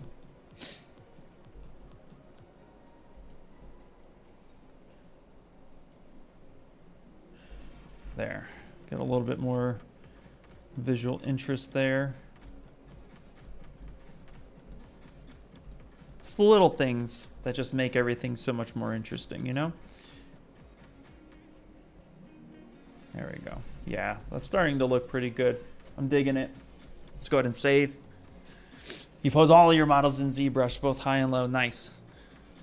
Yeah, that's the way to do it, Anna. Interesting. I should do that more often, but I think it depends on what you want to showcase. Great.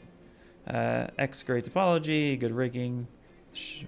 But for showcase purpose, I think it's best to do it in ZBrush. Yeah, it all depends on your portfolio. Most of my stuff was originally designed for 3D printing, so figures, collectibles, and game props. And so if I did any type of game asset, when I was at Funko, I did a lot of animation assets. So the characters got rigged, but not by me. But still, I had everything T-posed in ZBrush. And then I did all my test posing in ZBrush. And then, yeah, like I said, any game assets or character that was designed for animation, typically I would do everything in ZBrush. It was just easier for me to do it in ZBrush. So ultimately, that just all made sense, yeah. So again, it just depends on what you're going to go for.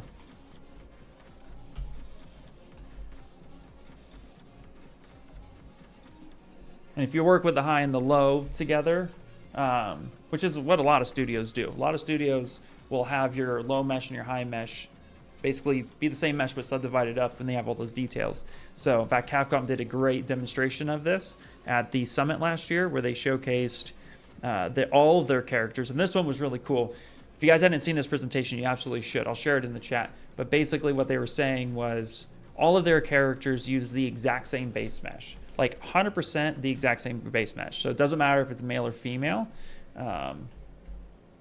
Same exact base mesh.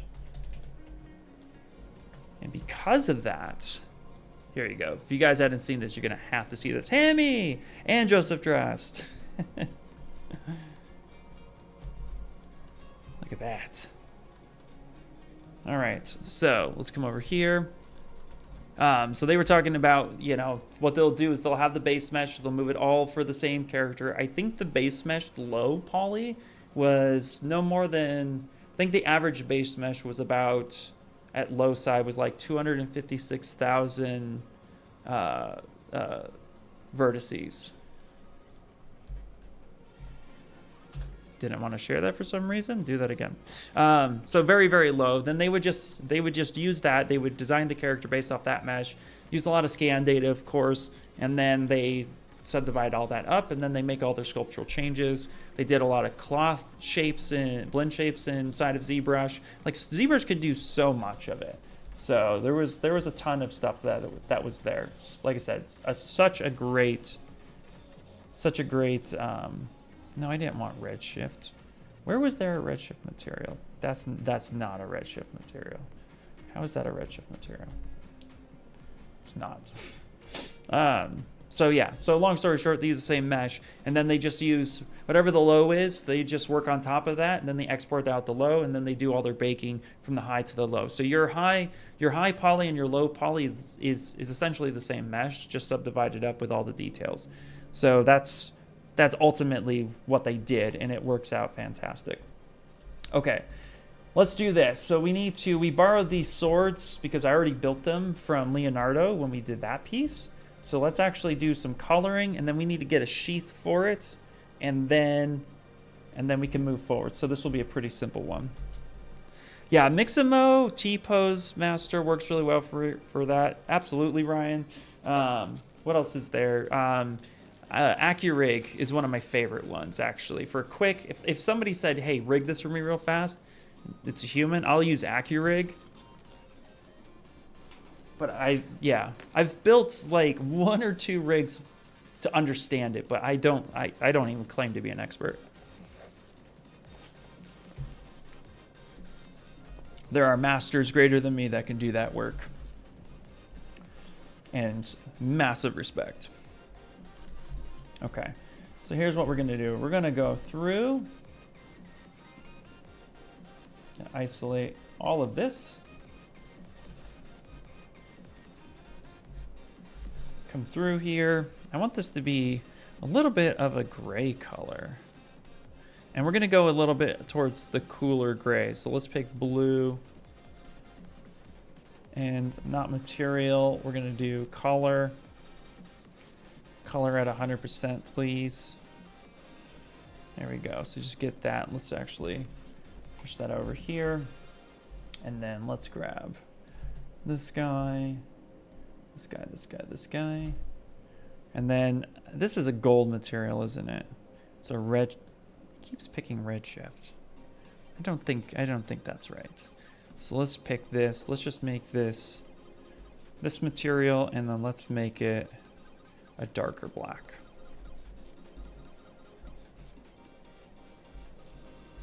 Okay, and then this is a metal material right here.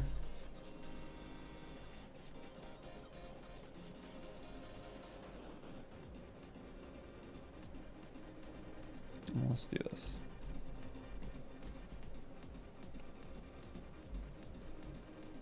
Okay, that's fun. That's fun.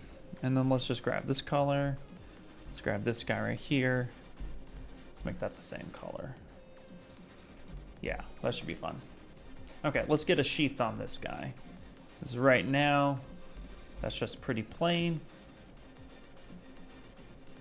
Let's close this down. Let's actually go save next. You've used DAZ too. Why is my link not sharing? I'm so upset why my link's not sharing. Okay, I don't know why my link's not sharing. For whatever reason, it's being kind of silly. So if you, let me try this again. If you just go to YouTube and type in Capcom ZBrush Summit, you'll run right into this. I don't know. Oh, you shared it? Okay, great, perfect. It kept yelling at me. It kept saying, it's not shared. Like, what is going on? Awesome, okay, great. Ian and technology today. Might be 2 different conversations. All right.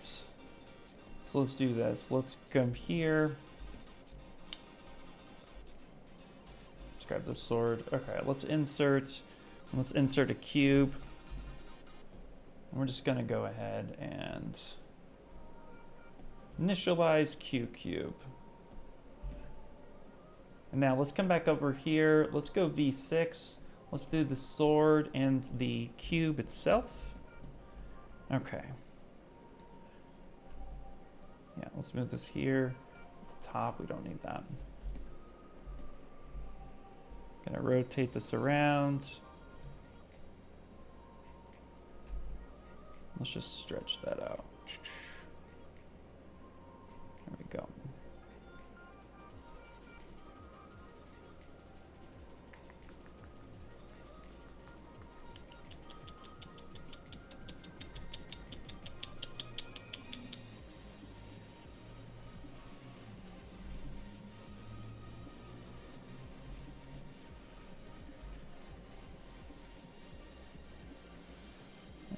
Let's go ahead and start to pivot that just a little bit. Just want this to look like it's supposed to belong. And the color's a little hard to see, of course, so let's turn off that color, turn that material down. And I'm gonna come over here and we're just gonna tap on the top.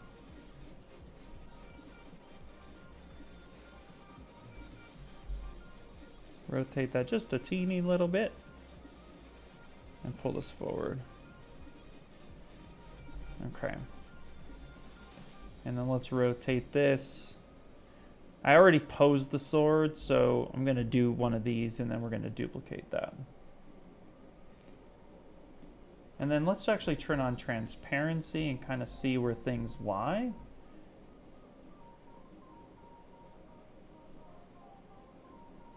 Okay, there you go. That's pretty cool. That'll help see the inside a bit. Let's go ahead and send that down there. And then what we're going to do is I'm going to go ahead and hit dynamic, which does absolutely nothing for me because it's just gonna break, right? So now we need to support this. So let's go with our Z modeler.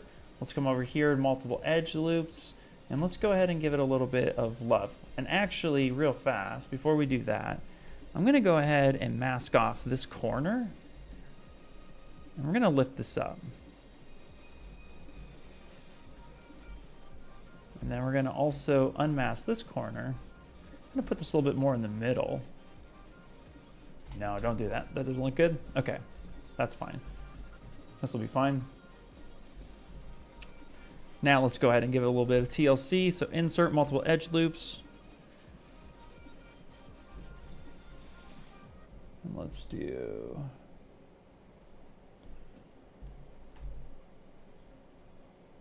let's do something like that. Cool. And then I'm going to go ahead and do some custom edge loops here just to get some like very specific fall off. Okay.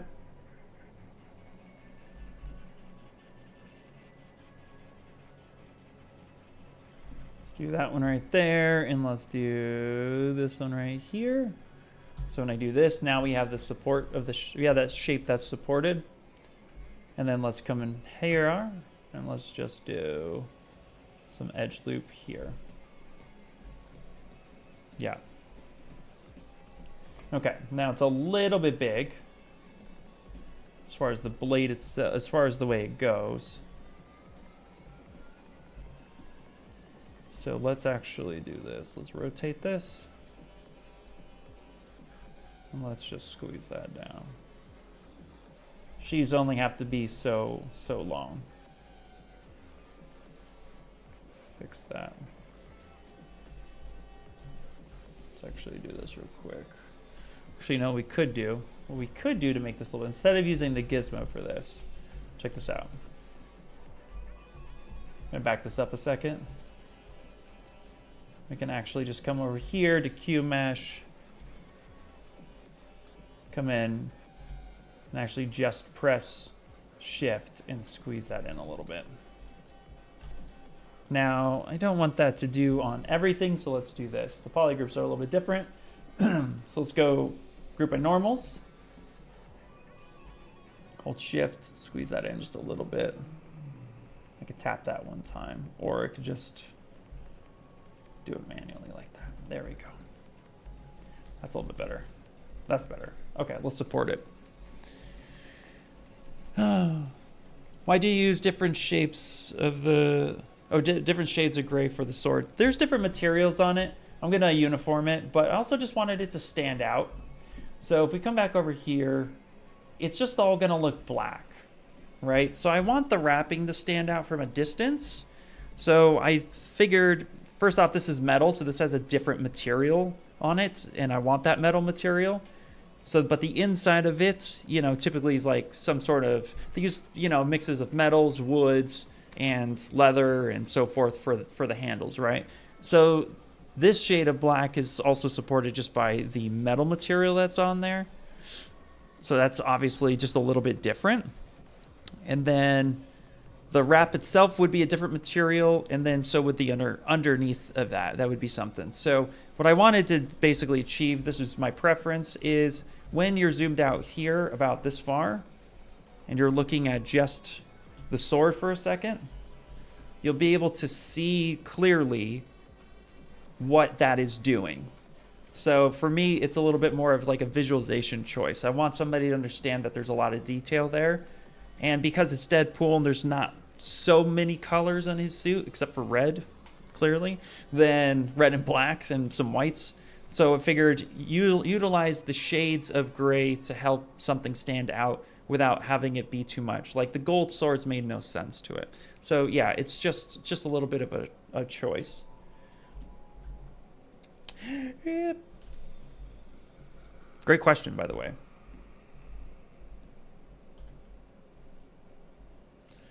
Any events coming up? Yes, actually, there's a few events. So I have NAB coming up soon.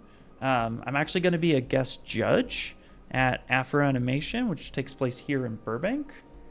So that's going to be pretty cool. So if you're actually in the LA area, that's actually in Burbank. If you go to Google and just type in Afro Animation, they're having me as a guest judge there, which will be really fun. And then also to get to connect with a new audience, kind of see what's going on in the animation world and stuff, because we did announce that ZBrush for iPad is coming, and so we would also like to see if 2D artists have interest and so forth. So I'll be there, kind of just hanging out, getting to know a new community, be a part of a new community, and connect with my fellow artists, which will be great. I've also had some interest in to start drawing again.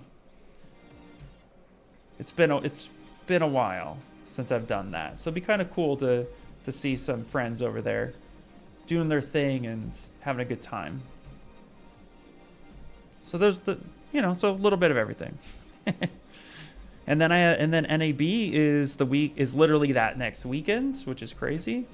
I'm excited about NAB. What else? Well, that's kind of it right now. There's going to be more. A couple work trips coming up. So yeah, it's gonna be fun.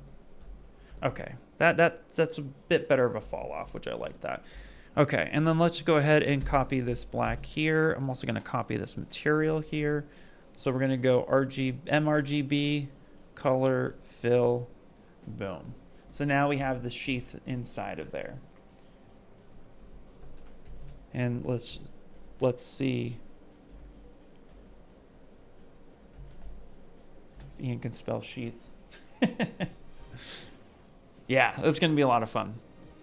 Yeah, so if you guys are in the LA area, check out Afro Animation. That'd be really cool. All right, let's put this back on him now. So this sword right here, let's do this real fast. Let's come on here.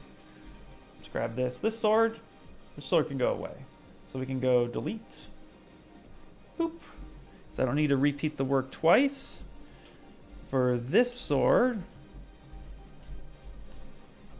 I'm gonna frame this as close here as possible. Literally, I'm gonna grab this guy and this guy. Make sure nothing else is selected. Gonna rotate this around. Yes, like that. Very cool. All right. That should be pretty cool. All right, and then say something like that. And then I'm gonna go ahead and duplicate this one. And Control-Shift-D duplicate this one. Now I'm going to mirror them. So we're just gonna come over here to deformation, just hit mirror. And it doesn't matter which sword that I grab. Just grab this one right here. And we'll do the same thing, we'll go mirror.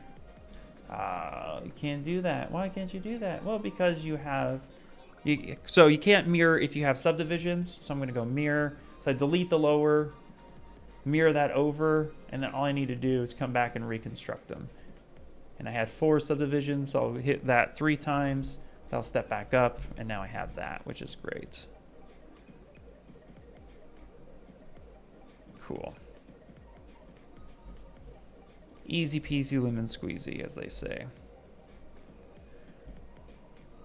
So I'm going to deselect these. Now I want this to actually make a little bit more sense. So I'm going to bring that in just a little bit. Say something like that. Touch these guys here. Do the exact same thing. Rotate that. Make that make a little bit more sense. Just a teeny bit, right? And then for this, let's scale this down a bit. It's a bit massive. It's a bit big. We didn't need it that crazy. And then actually, you know what we could do here? Let's give this some connection. Let's come over here. Let's go insert. Let's insert proper edge loop here. Boom, boom, boom. Hover over this face, QMesh it, have this extend inward. There you go. Say something like that. Okay. Yeah, now it looks like it's connecting just a bit. There we go. And let's go ahead and hit save. Looks like it's made out of carbon fiber. Yeah, it's pretty dope, right? Yeah, it's pretty cool. Oh man, that'd be awesome. A carbon fiber sword sheath. Oh. I love carbon fiber. It's so cool. I want more of it on my car. When is the model reviews? I would love to send you my model for review. That's a great question. So I haven't done model reviews here. However, I have been thinking about doing something like that in my Discord. And that might be something to like maybe in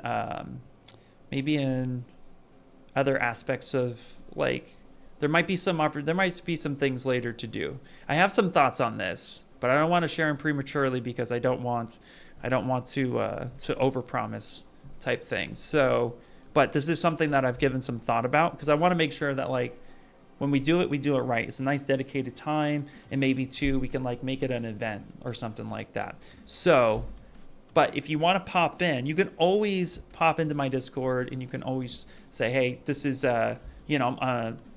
can you mind giving me some feedback? And when I get a minute, I can pop in there. But also, too, what's awesome is it's a really powerful community of a lot of talented artists that are there hanging out all the time. The Discord itself happily runs itself. So many people just go in there, meet up with people, hang out, make friends, share artwork, share tips and tricks, share tools. And it's very open. It's really a lot of fun. So if you pop your work into there, then I can definitely go in and take a look. But there are some ideas I have on this that I want to be able to share further.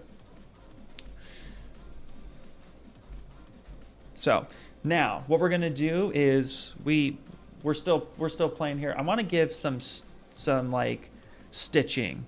I want to do something. At least I want to give like some sculptural separation in this. So like I want this to look a little unique. So we're going to do some sculptural work here on the head itself. We got the swords in pretty much where I want, but now I need some I actually want some sculptural elements to this. So let's go ahead and figure out some stitching. So first and foremost, we do have this paint here, which is nice. So that gives us a good marker of where we should start carving our line. So we're going to go ahead and put this guy off over here. Let's focus on the head for a second. And then we're going to want nice, clean lines, super clean lines. So let's go to stroke, lazy mouse, and we're going to crank the soldier boy up because we want really nice, clean lines. And then two, a little tip here is don't just do this. Like if you come over here and draw this, and then you come back and then you start again, you see here there's a little mark right there. And that little mark, we don't want that mark. So what we could do is we can come over here to morph target and let's engage a morph target. And it's either with,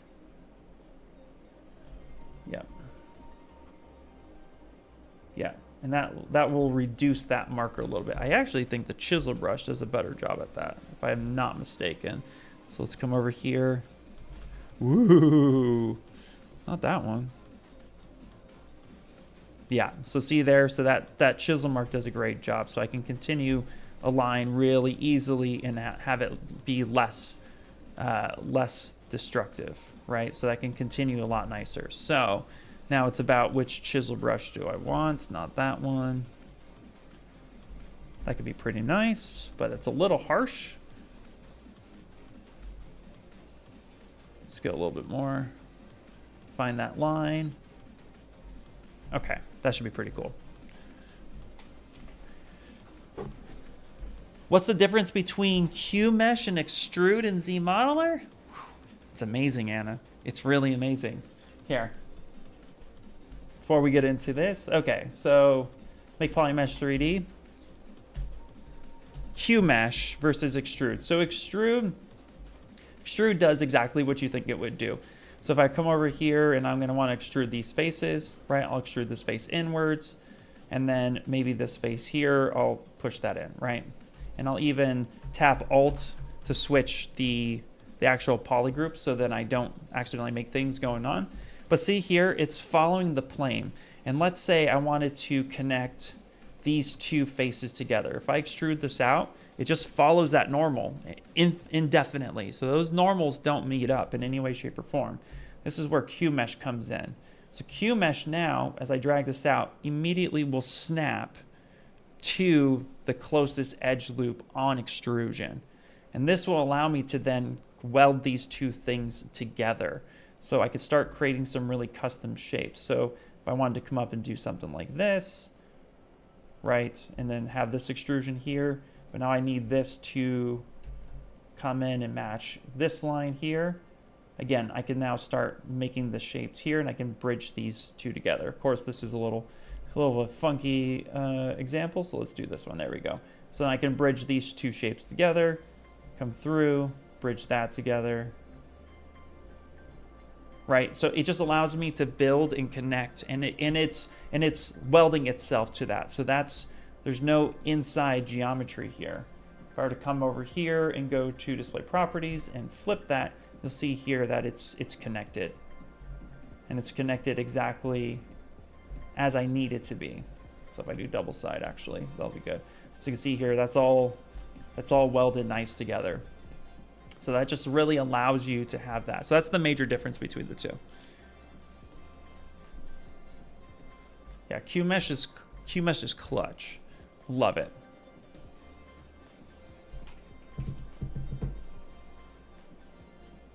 Absolutely, yeah, share away, please. You can even tag me at it.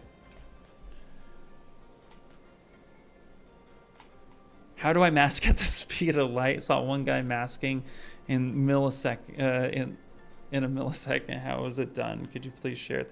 I would have to see what, okay, I'd have to see what they did, but masking, there are a couple tricks to this. Like, you know, like here, if I wanted to, you can mask with a gizmo. There are a few ways to do this, so, yeah, I'm breaking everything. Just turn off my symmetry for a second. I'll just lower this down. Okay, so if I just press and hold Control, and then I can actually I can do masking really quickly. I can even center my gizmo with the new transpose tool that's here in 2024. Masking, you can literally, like, you can grow a mask too. So if you come over here to masking, and let's say you have this, here you can actually grow your mask. So you can grow this, you can also shrink it. You can just grow all, so you can grow like within a second. So, and you can apply shortcuts to this. So let's say you grow like the second here, grow all, boom, it does that. You can even boost a mask. So you can come through here and boost this a bunch of times, which is great. You can also dilute that. That's pretty self-explanatory. You can also do mask change points. So let's say here, if we do some sculptural changes, so let's just grab clay buildup. So I build. Okay, mask change points. I just masked off the area in which I just sculpted. And you can do this with the history brush, right? So if I actually like store a marker up here at the very top, and then I come through here and I go 1, 2, 3, 4, mask change points, I just masked all those points. So you can mask within milliseconds, right? Those are ways you could go about doing it. You can also too, again, you can just mask and press and hold Alt to invert that mask, which is really a lot of fun. But you know, it also depends too. like, you know, there's a few ways to do it. What was the? You can also do it by poly paint as well, I believe. Not polygroup, poly paint. Is that it? Or is that, no, it's just mask change points. Yeah, mask change points. There you go. Which could be done by color. So, sorry, my brain's thinking about 20 other things. And then you can also do mask by shapes, right? So if I have a mask, here's all your mask functionalities. So you can actually do, you can actually do like mask a perfect circle, but you can come in here and you can drag this out, and then you can turn around and say, hey, I want to mask this. I want to use this alpha to do this, or this to do that, right? And you can do this at like as much as 100% shape as possible. So if you grab this guy, sorry, go here, grab this mask here, boom. So you can drag that out. And again, you can just have like a big mask size, boom. So there's a bunch of ways to go about doing that. Masking it's just all about pressing and holding control and then masking a certain thing. Also too, if you guys didn't know, you can do more with masking. You can actually do mesh extrusion. So you can create custom shapes. Now you can't have any subdivisions for this, but there you go. So you can mask based on this shape. If you want this to follow the head, the actual head 100% of the time, then what you need to do is come up here to the very special, it's a very, very special menu that 99.9% of you ignore this one. I can almost guarantee it. And that is Picker. And Picker is so amazing. It's my best friend in the whole wide world. But come over to Picker, and under depth, you have, and I've talked about this before, if I press and hold control, you have a few things where it's like 1C, meaning whatever the first point is a contact, that's where it's going to identify. But if I do continuous C, boom, done. Now it follows this head shape 100%. So I can make custom meshes literally on his head that follows at 100% because the continuous Z is continuously updating, just like this. And you can even get more clever with this. If I were to not move my camera whatsoever, so boom, we're gonna lock it, and I wanna do a nice head shape like this, and then I wanna extend this. So I'm gonna drag this out here. I believe if I hit Control, or Shift, it will merge that together. So I'm pressing, holding Control. You can let go of it, drag that out. If I wanna extend this more, press and hold Control, press and hold Shift, and that will actually weld that all together. So Control, drag, get my main shape, press, hold Shift, let go, boom. And you got to make sure you don't move the camera for that. But that's a really good way to then. So if I wanted to drop something on his head, boop, there you go. Now he has some oil on his head. Or Deadpool. What do you do? What am I doing to you? Boom. Little teardrops.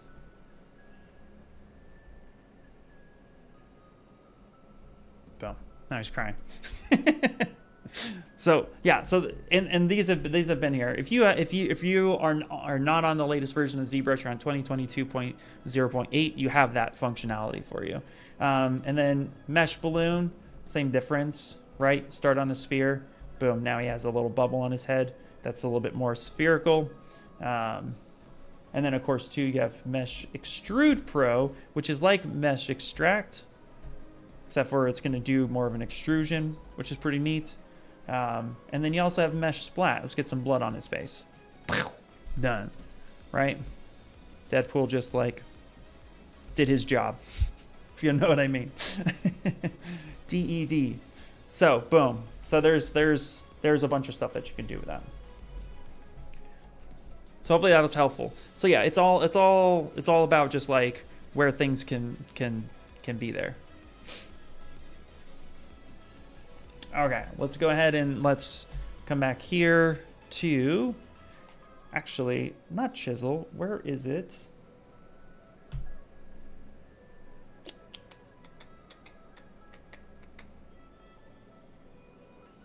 What's the one I want? Slash. I want /3. There it is. I think slash is, yeah. Yes. Slash, perfect. Okay. Let's come over here. Let's do that. So yeah, that's masking in a nutshell. And people who do it really fast, they're just really used to the function and where that lies.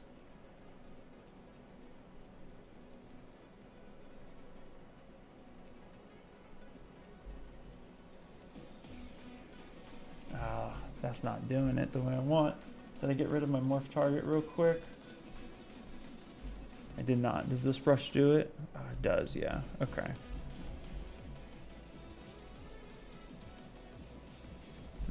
Okay. That's fine. So let's do chisel.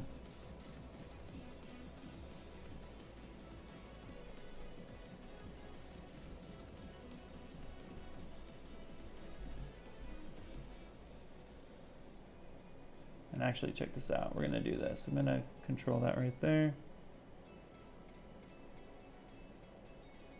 I'm going to bring this in. I'm going to smooth this out. And then I'm going to come up here to adjust last. Push that in a little bit. There we go. We'll clean this up a little bit.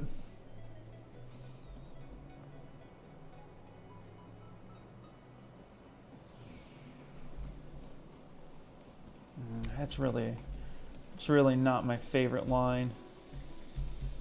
Okay, let's do this. I'm gonna do it within standard.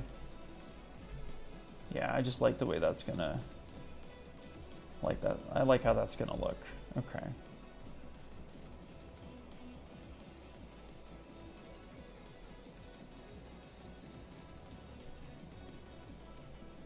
Yeah, that's a lot better. Use the pen pressure sensitivity to my advantage. I'll start with a light stroke, manually blend that in, and that'll give me a little bit more like that. And then adjust last. I can push that in like a little bit of a football. Okay. And now I can just move this manually a bit. So I'll just start pushing that in like that. And then here we're gonna do the same thing. So we're gonna, I should have matched my line. Okay, that's actually pretty close. It's good. Yeah, perfect. Boom. Like that.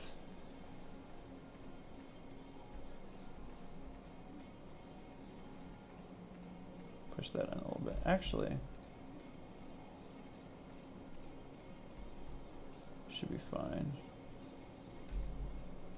Oh no. No. Ugh. Okay.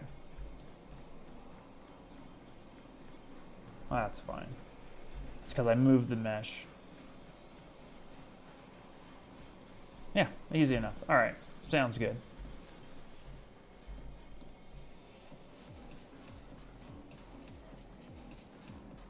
I'm just gonna trace it manually.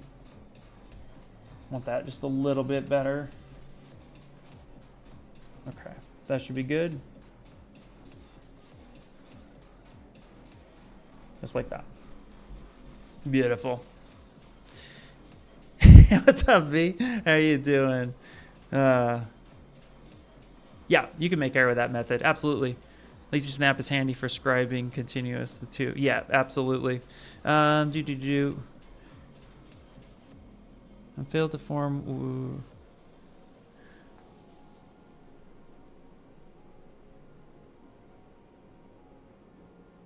Okay, did you?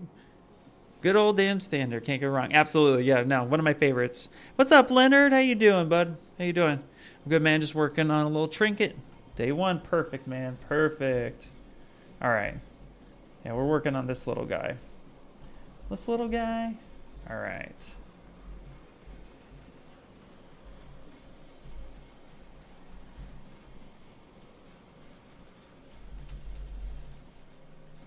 Okay. Now we get to come through here and basically give him some seams, which will be fun. So we're gonna come in here, store this. And actually his resolution is very low for this, so we need to up it.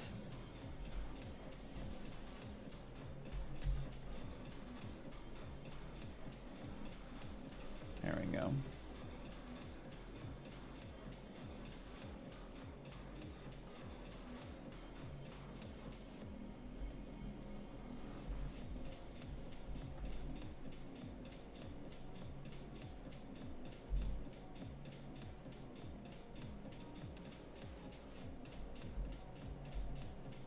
We can come through here, kind of clean this up just a little bit.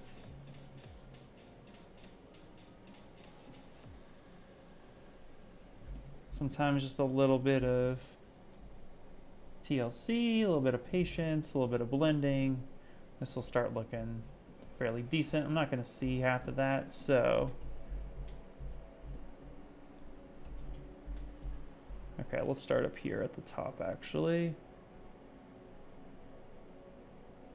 So I'm just going to come through, repeat this line. I'm going to do this in one take. So we're going to come through here. Like that. I'm going to hit 1 to repeat that a couple times, get that nice and depth, get that nice and deep. I'm going to hide this here. I'm going to come here and try to match this. Not straight down. We want to follow the curve because it's a suit that has motion.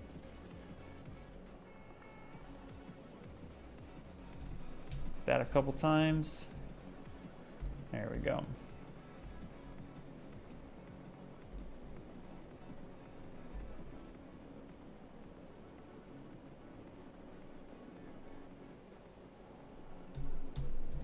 There we go. Oh boy, look at that. I didn't do it with symmetry. How dare you? All right, let's see. That's okay. This will be easy enough to actually just mirror and weld that. Easy enough. Let me see something. I'm going to do this. I'm going to go deformation, just mirror that. Should be pretty equal actually on this, so let's see. Boom. Mirror and weld and then reconstruct my subdivisions. Because it's already truly symmetrical, so that was easy peasy. Let's just turn symmetry on so we have it next time.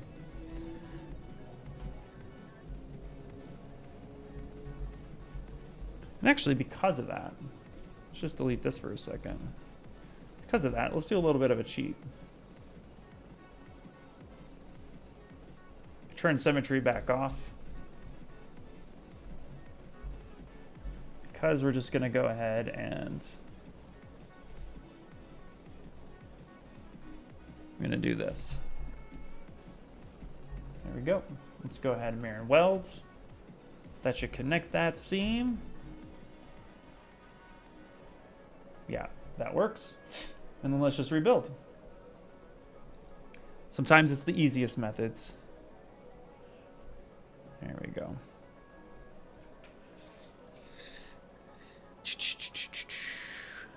Delete it, start over, just showed up.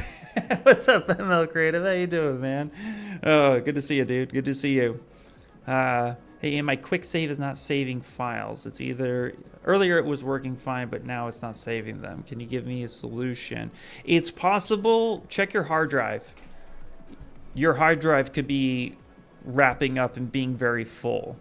So QuickSave is all about hard drive space. And I have almost a terabyte on my main drive and 4 terabytes on my local drive. And it's really simple to fill this up. So what you could do is actually, I would recommend, especially if you don't have anything in there that's 100% worth saving, it could be your hard drive. That's number one, check your hard drive space. If it's your hard drive space, if you only have like a few, even if you have like 100 gigs of free space, technically that's not a lot. You can fill that up with a ZPR quickly, because when it quick saves, it's saving a ZPR, a ZTL, and I believe it saves an OBJ. What does it save? It saves a ZPR. It'll save a ZTL. ZPRs get quite heavy quite quick. That's its main function. And then like it's always looking for like a recovery. So it's, yeah, saving a document, it's saving a ZPR, and sometimes a ZTL. So it's saving everything, and those get heavy really quickly. So what I tend to do is every once in a while, I'll come through here and actually clean up my QuickSave flags. I'll literally just hit delete and get rid of that stuff. And if I remember right, you can manually do this as well. let me go file hunting real quick. Make sure it's in the spot that I'm thinking. So if I go here, and I think it's under users, I think it's under public. I can't remember if we changed it on the Maxon name or not. I think it's under public. That's the Pixelogic one. That's for my old one. That's the projects. 1 second. Let me see here. Might be under this name.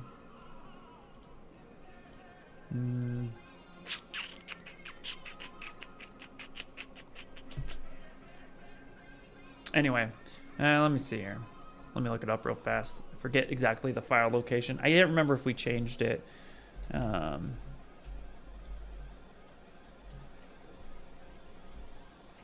Yeah, okay. It was under the public, yeah. So basically, so if I go to, need to go to my users. No, it's Windows. Go to users here.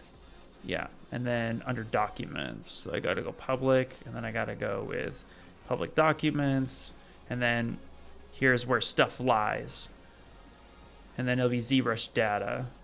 So ZBrush data 2024, QuickSave. And then I just deleted that. Let's see if I have anything in my previous ones.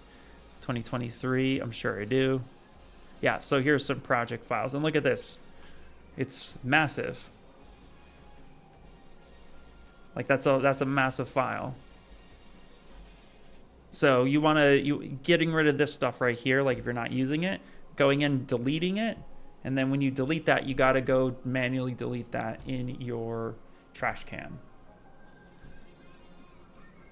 Wherever I put my trash can. Anyway, and that will delete those as well. So you want to free that space.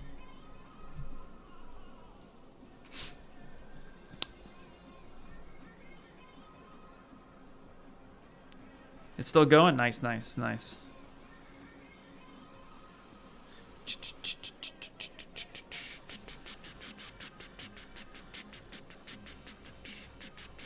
I always just do one QuickSave file for Max. Never really needed more on a crash. Gotcha, gotcha. I pin QuickSave. Yeah, pin your QuickSave to your Quick Start menu. That's smart too. Yeah, super smart. But yeah, but typically that's what this button's here for, to help delete with that. So check that first. If it was working and then it stopped working, it makes no sense for it to stop working. Trying to think of other solutions for you. It typically should be a hard drive space. I can't think of another reason why it would just all of a sudden stop working, unless you updated. Did you update and then it stopped working? Because there might be another update for you. If you're current, there could be another update for you in order to fix that. So that could be the other solution. Check to see if you have an update. But if you're on your older perpetual, then it's possible it's just the QuickSave thing. I can't think of another solution off the top of my head, so hopefully that's helpful.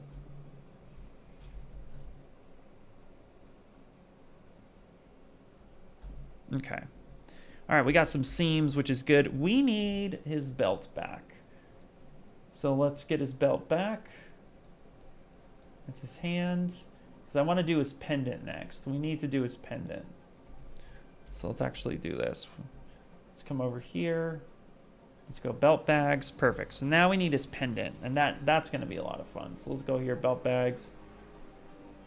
Let's go insert, and let's do our cylinder. Hide this for a second. Perspective. It looks so cool. All right, let's hit solo for a second. Okay. Let's do this. We're going to go ahead and actually get some topology on this guy, and then we're going to do a ZRemesh in our favor. So I'm going to go multiple edge loops. Say something like that. That's fine. Boom, boom, boom. And then now we're going to go here to ZRemesher. And what I want to do is I want to come up here to my transform, and I want to activate symmetry. and I want to do X, Y, and Z. So that it's going to do a little bit of everything for me. I'm going to just squish that down for a second. So I just want to have that. And the reason for it is because we're just going to go same. Just move that down, move that down. Tacked edges is fine. I want like some decent topology. There we go. So that'll actually work out really well. So I could turn that off. Perfect.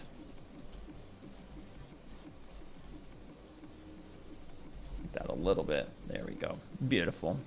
And now let's just come over here. I'm actually going to go ahead and just go to, let's go to edge. No, let's not do edge loop. Let's just use our Z modeler for this. Let's just go ahead and get this and let's crush this down. There we go. Yeah, perfect.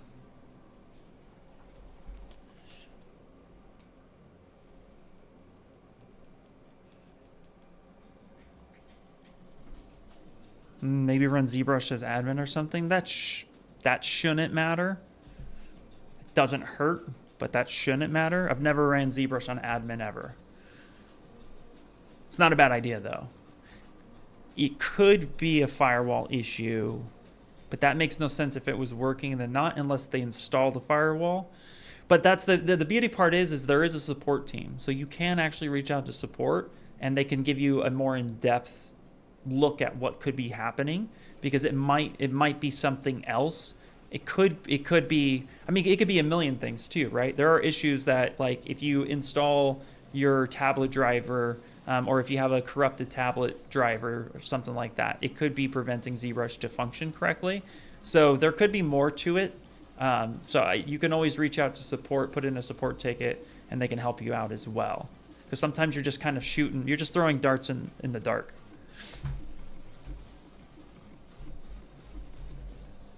So that's possible as well.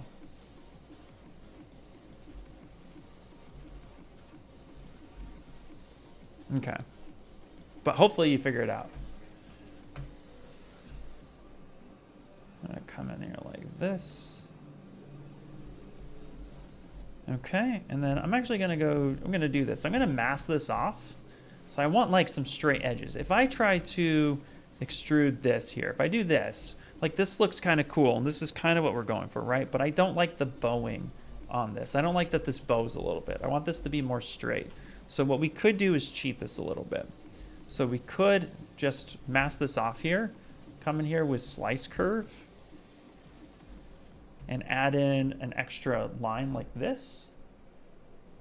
So that's gonna give me an edge loop without slicing that, and I can mirror and weld that. And then I could come through here like this. And then I can do this. That'll give me a more straighter edge, which is what I'm looking for. Now I could also, we can move this line. So let's actually do that, because it's too thin in comparison to the rest of it. So let's come over here to move.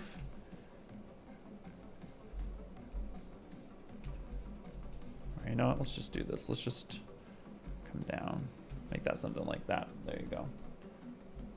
Even easier. Boop. There we go. That's a little bit better. And then we can actually do group by normals here real quick.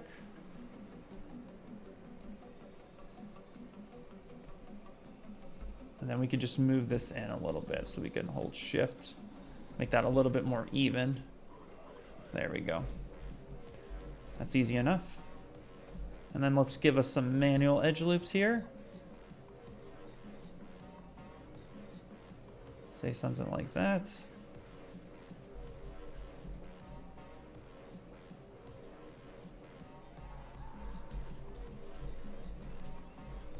Hitting all the wrong buttons. Oh my God, stop Ian. There we go. There's something like that, something like that. I'm gonna go ahead and just go to crease. Increase all. I'm controlling the way I like to control it with my own edge loops, so we're just gonna do that.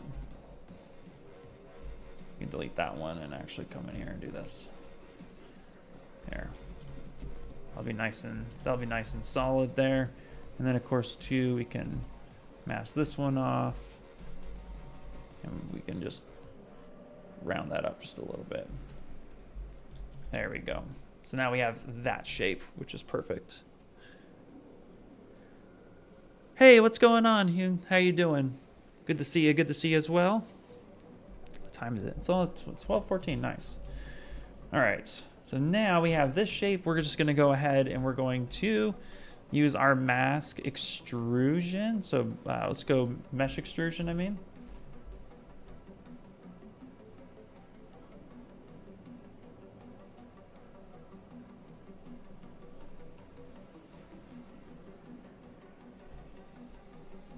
Oh, that's a funky line. I don't like that.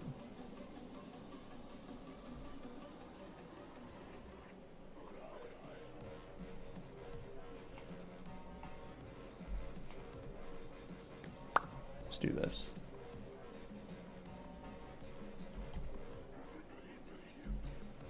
Okay, I got it. Let's come here. Let's drag this out. Double tap Alt. Come in here. I'm gonna curve this. Okay, yeah, that's gonna be better. Okay, I'm gonna do this again. We're gonna come in here, double tap.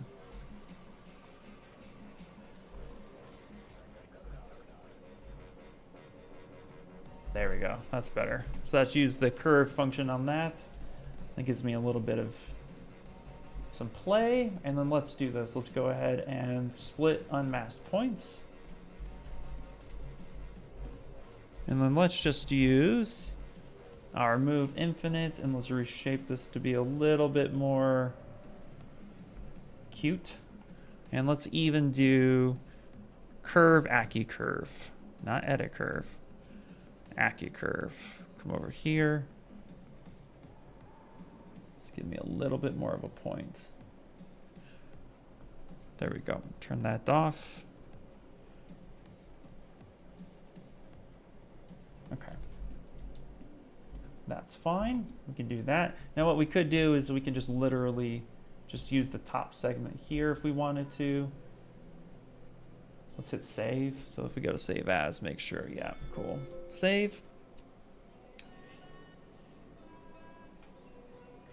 And then let's do this. Let's go over here to modify topology, delete hidden on this, and then we're gonna ZRemesh this.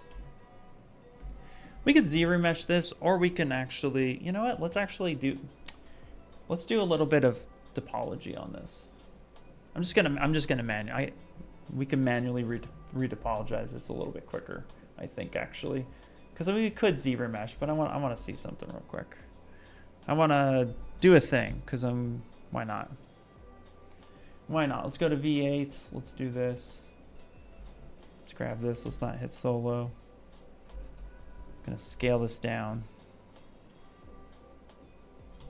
Okay, cool. Draw. So we're gonna come over here to topology and edit topology. Right, so we can start drawing these out. And I can even, let's do this. Let's actually, can we do, yes, we can. So we're just gonna go ahead and do some points here.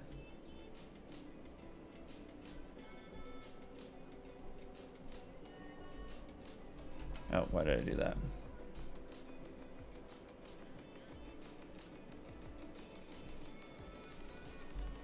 I'm gonna hit move here, and let's actually just move some of this.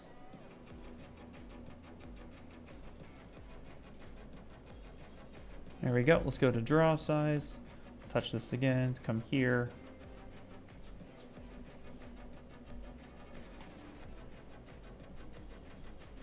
We're just gonna manually do this. So if you want really clean geometry, this is the way to go about doing it.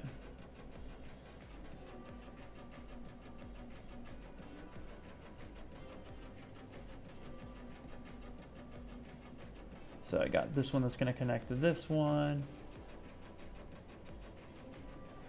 Touch this empty space, grab this. Just making sure everything connects correctly. Oops, back up. Grab this one, this one, this one, this one, this one, this one. Great.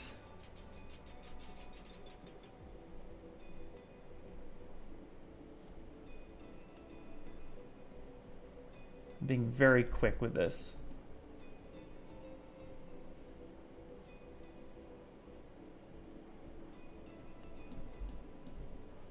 Hit move. Oh, that's what happened. Okay. Just back that up for a second. Hit draw. Grab these points here. Okay. Let's hit move and let's just reposition some of this stuff.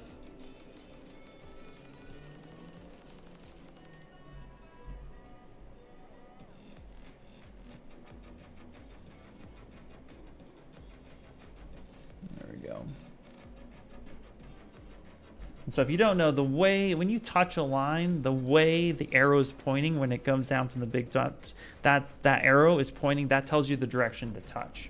So when you're coming through and wanting to make your shapes, this is how you can like just do it pretty quickly. So anytime I touch a point, it's telling me which direction I can actually click that. So if I go back to draw now and I touch this shape here, it's telling me I can go down in this direction. Can also branch off here. So if I follow the arrows, then it's just helping me add those points. Boom, done. There you go. That's close enough. That's good for what we're looking for, right? So then here, let's go ahead and just move. We can clean this up a little bit.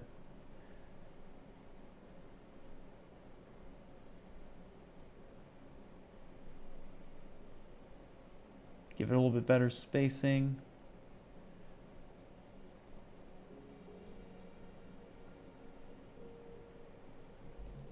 I could have just ZRemeshed it, but this is like, because you can, right?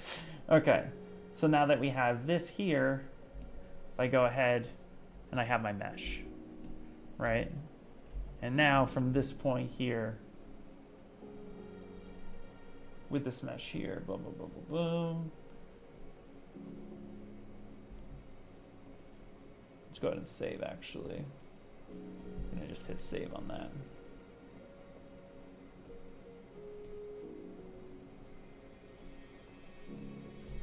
There we go. I have this topology, which is perfect. So I'm gonna go ahead and copy that, come back here, turn that off. Go ahead and paste this in. Let's delete this guy. And I want this to be perfectly straight. This line up here at top. So here what we can do is actually do clip curve. And that will just snap that pretty straight.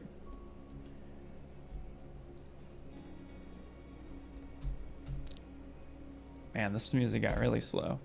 Okay. So let's go back to ZModeler, hover over here, QMesh. Drag this up. Let's now come in, I think it was V6, was it V6? So let's just add this one.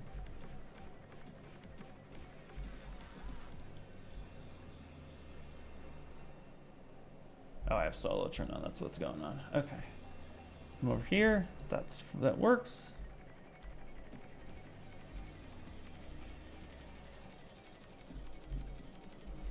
Oh, interesting. Okay. It's fine, let's do this. Let's go ahead and delete hidden. Actually, we don't need to do that. Let's just mirror and weld it. There we go. Perfect. We'll shift, have that snap up like that. There we go. Now let's add a crease. So let's come over here. Let's do creased. And we can do partial edge loop. Boom, boom.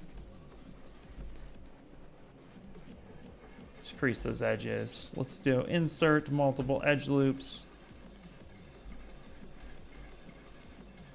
Actually, let's come in here. Crease. If we do uncrease all and then we just hit crease, it should just do the main edges. Yeah, perfect. Now we have that. Perfect, and that'll give us some nice topology for that. Bring that down just a little bit. There we go. Perfect.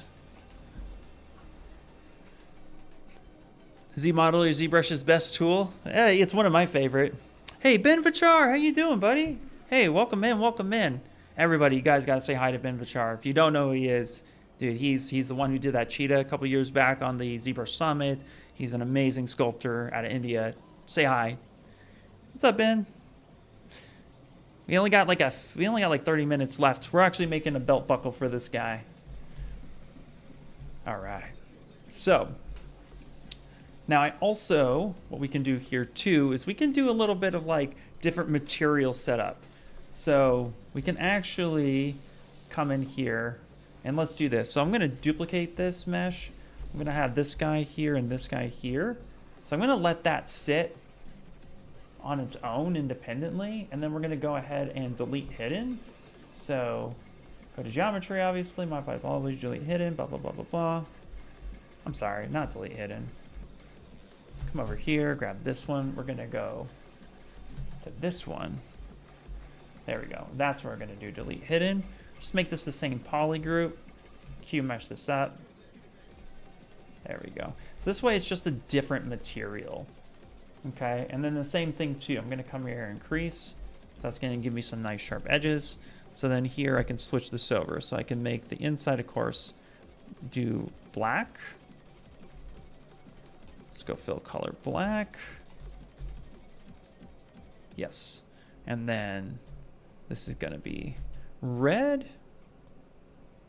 And then this one is going to be, you guessed it, our off-white.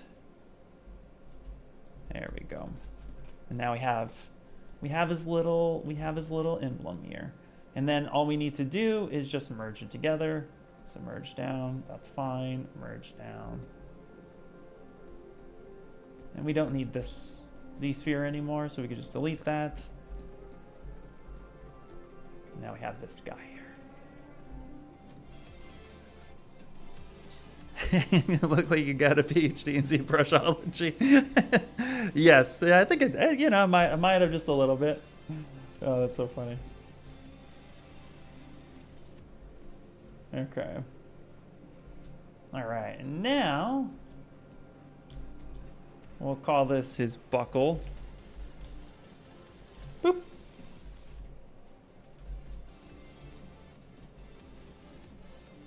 There we go. There we go.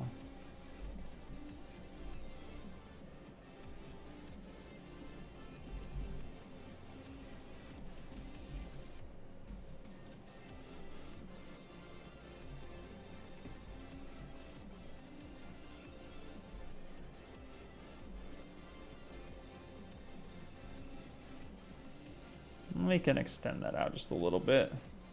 Actually, don't mind that punching in a bit to showcase that it's, that's a part of him.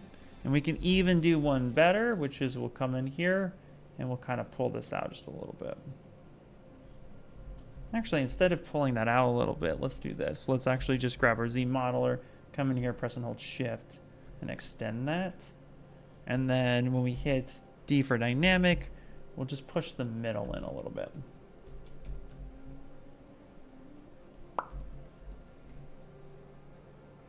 Yes. Yay! There we go. That's fun. That's fun. Now he has a little buckle there, which is pretty cool.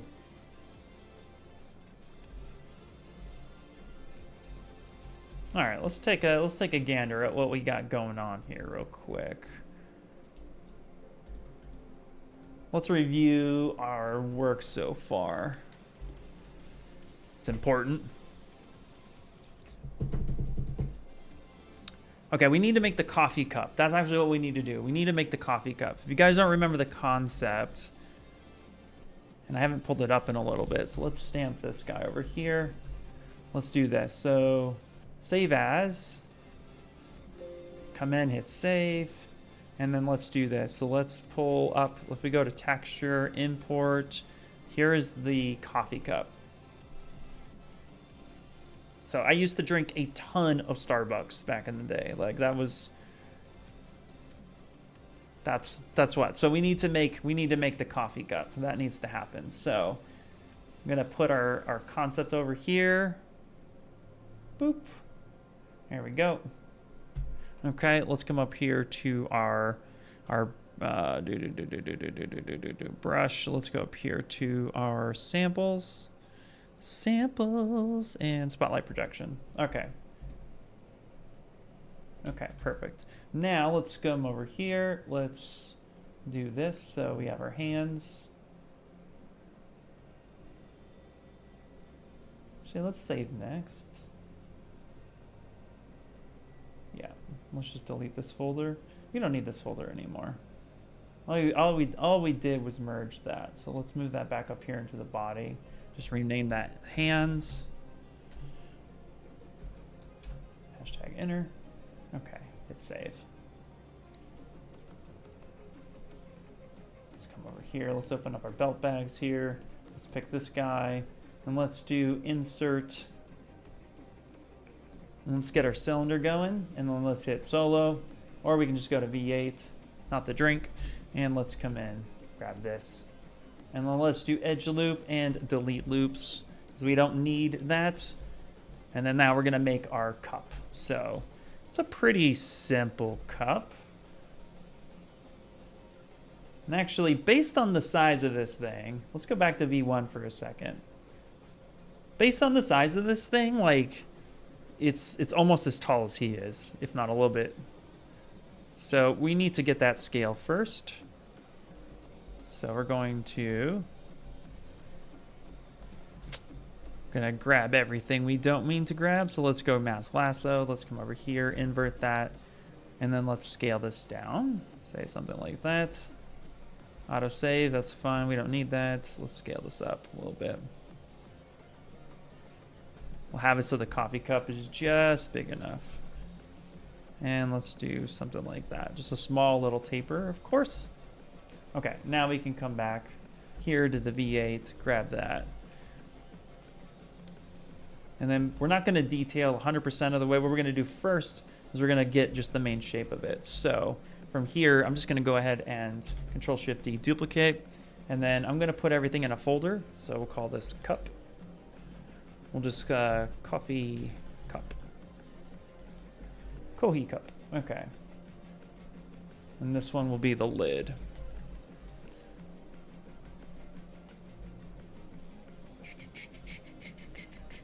Come over here, grab that guy, bring this up, scale this out.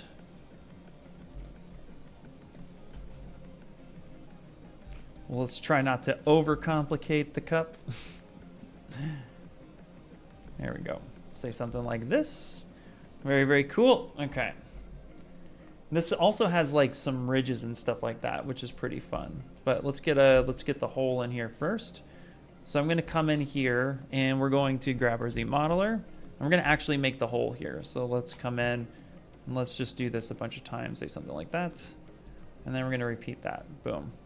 And then with the power of QMesh, this is also something that QMesh is really good at, is that if I were to get this hole right here and punch this through, because there was topology on the other side, it actually detected that and it punched a hole straight in.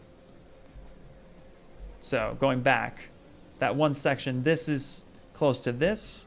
So with QMesh selected,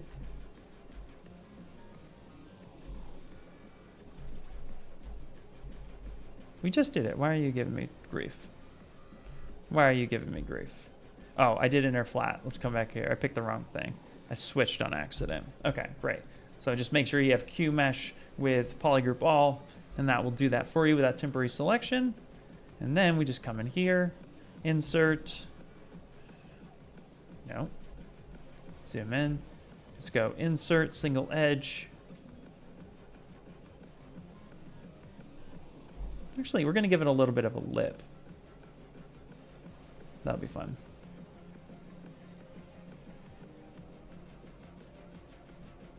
like that. And then same thing on the bottom. I don't want this to break. Okay, great. And at the top here, let's just hover over this poly group. Boom. Get this something like that. And let's just go QMesh. Let's give this a little bit of a lip. Say something like that. There we go. Yeah, I think that'd be pretty neat.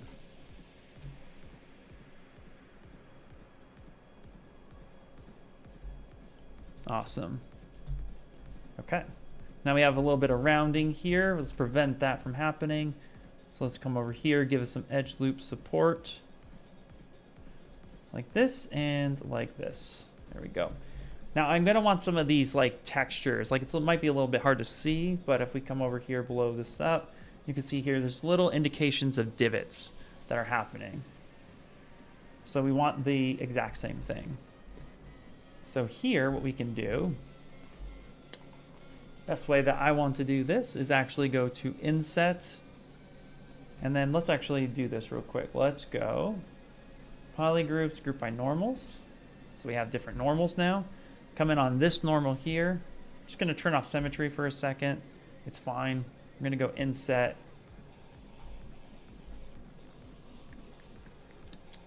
Actually, you know what? Let's do this. Let's come over here to poly group, checker, touch that just like such. And on this line here, I'm gonna go poly group, boom, get those different colors. All right, perfect. Now we're gonna inset these independent ones like such. I'm gonna touch that like that. Now we're gonna go QMesh. Push this in a little bit. You can have something like that if you wanted to. Yeah, that's fine. It can be a little bit round. That's cool. And we'll bring this up and we'll push this out. Yeah, sure. Something like that could be kind of fun. Now let's get the rest of this design working. We also can minimize this. So we can divide once, delete lower. There we go. Yeah, we can divide once, delete lower. And then when we divide again on the smooth, it will actually give us something a little bit like that. So that could be kind of cool. The world's your oyster. And now here we have 1, 2, 3 steps and then 2 more steps at the bottom. So let's come over here. We're just going to insert our own. So I'm going to say 1, 2, 3.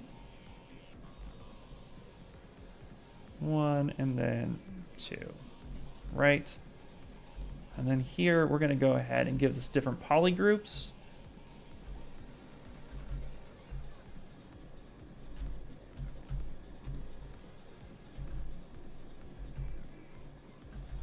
Okay. I'm going to go ahead and QMesh. We'll start pushing this in a little bit. Actually, you know what? Let's don't do that. Let's not push it in. Let's actually extrude it out. Just be easier. So we can do a bigger extrude. Say something like that. Extrude this one just a little bit.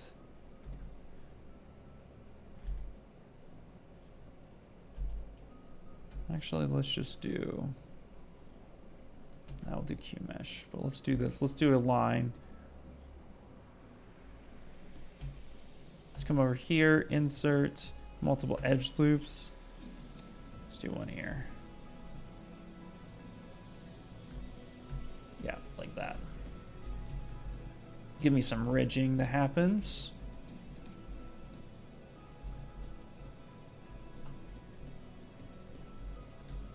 Yeah, that's pretty cool. Okay. Gotta try something here real fast.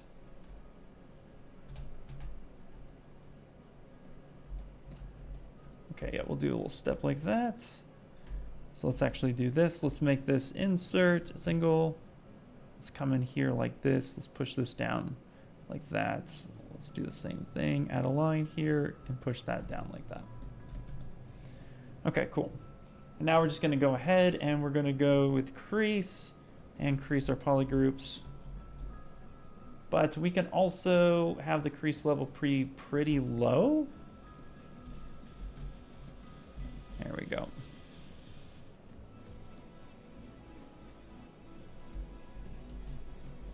Yeah, that should be nice. A little bit of fall off there, which is pretty cool.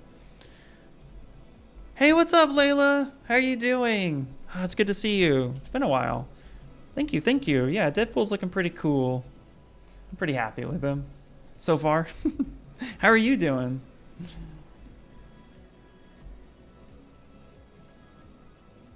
Okay. We're gonna give this cup a little bit of flair. So most of these cups underneath the surface, there's like a little bit of like a little divot. So we're gonna go ahead and give it such, say something like that.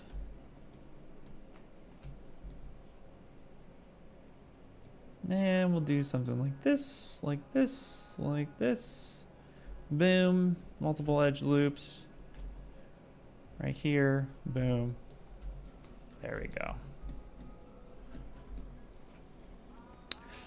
I'm good, thanks. Working on a personal project at the moment. Awesome. Personal projects are always fun.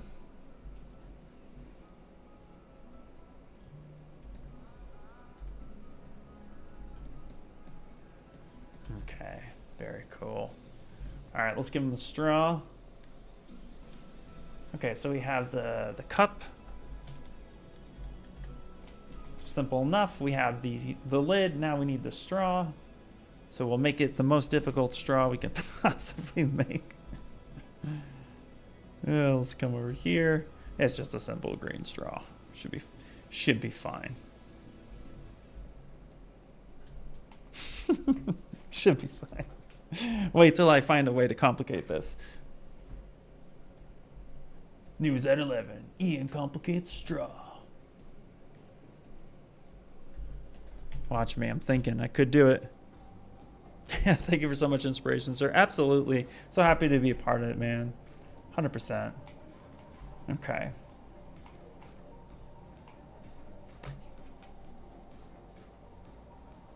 Trying to I was immediately like, okay, here's what we could do. If you want a hole in this straw, oh, come on, we can complicate this all we want, but like it's just a tube, but it's just a tube, I promise.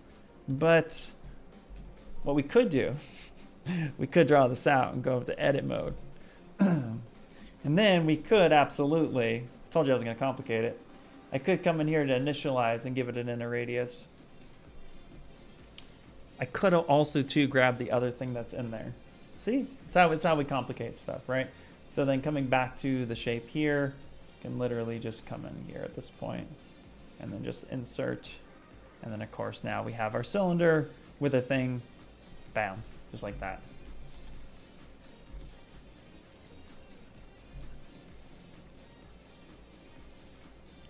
Now it's more believable. Yeah, it's a bit more believable. Okay, cool. Told you I was gonna do that. And let's go ahead and delete this one right here. Let's come over here. Let's rename this straw. But we're not done yet, because you know we have to absolutely bend this thing. So we're gonna come in here, and we're just gonna go over here to bend curve. Add in a couple points.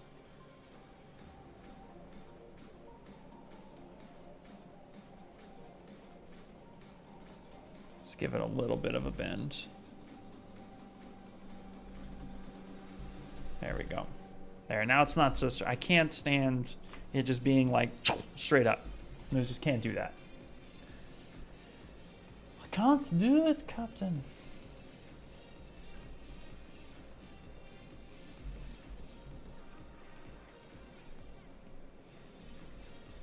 Okay. Now Deadpool's in a cup. He must be happy. Let's go ahead and hit accept. gonna just deselect all of this stuff. And then we're just gonna move this cup behind him.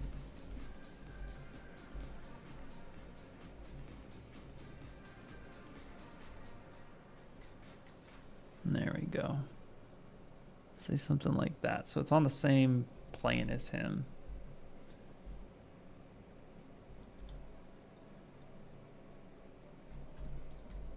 Perfect.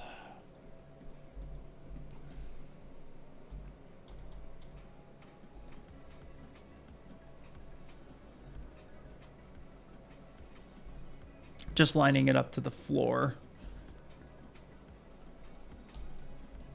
Okay. There we go.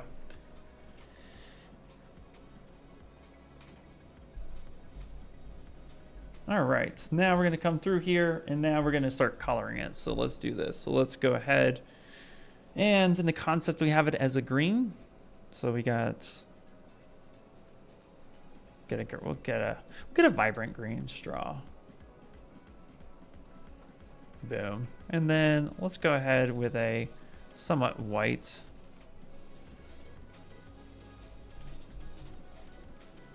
Boom. And then this one as well. Let's go ahead and just do boom. Fill color. Now here, what we should do. Okay, has a green splotch on it. We could poly paint that, but where's the fun in that? And actually, you know what we could do?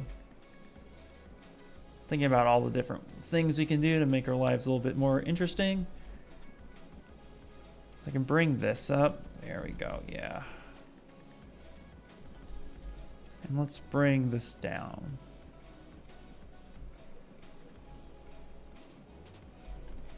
There we go, say something like that.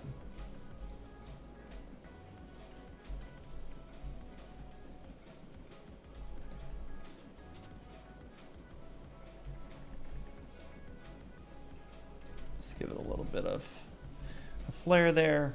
Like I said, we could absolutely poly paint this, but I don't see the need in that. So we're gonna go ahead and we're gonna do our mesh project as a drag with a circle alpha. I think that'd be cool. Oh, is that gonna work? Oh, that's not gonna work, is it? Oh, that's fine. You know what we can do? Let's just do perfect circle. Okay, that's fine. There's just not enough vertices here to do that, actually. Let me see something real fast. I'm curious. As I complicate life in itself, let's do it a little bit more. Let's go insert, let's go circle 3D. There we go. Let's go to our V8.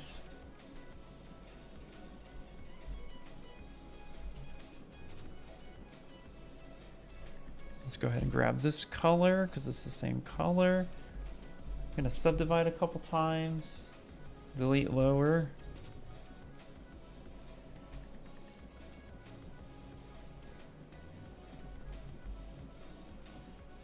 Perfect. Let's just do this. Let's go to dynamics. Let's turn off gravity. We don't need the picker anymore. Inflate, we'll keep that pretty low. We'll collision volume this. And then let's grab the cloth transpose. So that's right here.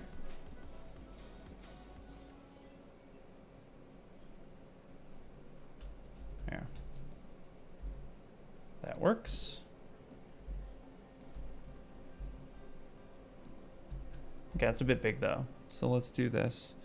Let's just scale this down just a bit. So let's just grab classic here. Let's turn that down, say something like that. Yep. Get that stuck on there like such. And then I'm actually going to come over here, grab the select. Just gonna do a smooth relax here. Okay. And then we can extrude this out.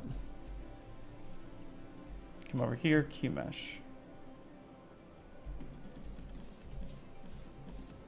There we go. Say something like that. Come back over here to classic. Throw that in there. Control-Shift-D, duplicate that. 180 degrees. Have that on the other side. Done. Get rid of that. Let's come back here. There we go. All right, all right, all right.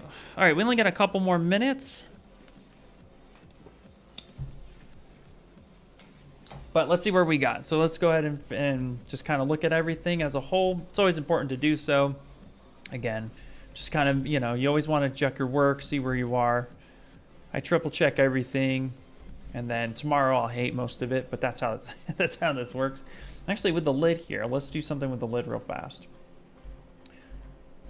With the lid, we're going to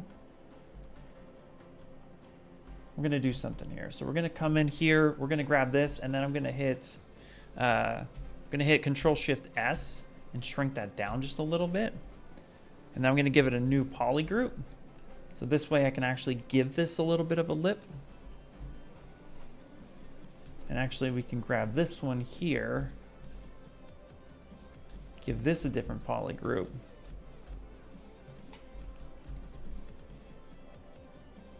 No, let's not do that. Let's not complicate it. That's fine. I just want to push this in a little bit. So I'm going to go ahead and do that. I'm going to give this just a little bit of a lip. And that's going to help me when I scale this down. It's going to give me just some more believable shadows too.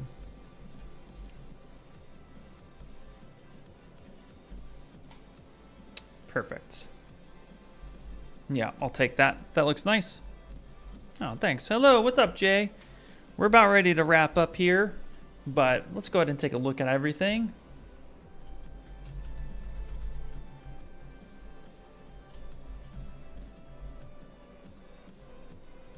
Okay. All right, perfect. Go ahead and hide that concept. Let's do a little fun render real fast, just because, you know, it'd be cool to do like a little turn. So let's come up here to draw. I'm gonna dock that on the right-hand side. And then let's go ahead and pick 85mm. Okay, that'll be fine. I want the pivot point based on the character, so I want them to turn like that. So that'll be pretty cool. And then, so right now, there's not enough floor information to give me good shadows. If I were to hit this right now, you can see here, like I'm getting something, but when I go to soften this, some things could get a little bit weird. So we can always grow our floor. So under that draw size, we can grow our floor and tile size, which will just help give a little bit more resolution to that. Now, it might be a little hard to see right now, but even still off over here, we'll see that that'll give us some nice stuff. And then let's open up the light. And we're gonna do a very simple 2-point light setup. So we're gonna do this light over here, turn this backlight on, kick this in the back, and just have like a nice rim light flying in. And for the rim light, he's Deadpool. So he's red, so let's give him some complementary colors. Maybe we'll give him a little bit of a blue. So why not? That'll be fun. Can bring that intensity all the way up. And then here, I never go true white, but I dial that down just a little bit. So we can have a little bit of something like that happening on him right now. And of course, you could change this to whatever you want. You want a deeper blue, you want more blue like that. Then you can have a little bit more of a blue highlight, which is fun. So now, once we have this done, we need to change the shadow information because the shadow's not as good. So we could also throw in, I'm curious, it's been a little bit, I usually do this with Redshift, but let's give it a shot. We can always turn it off if we don't like it, but let's go up here to texture.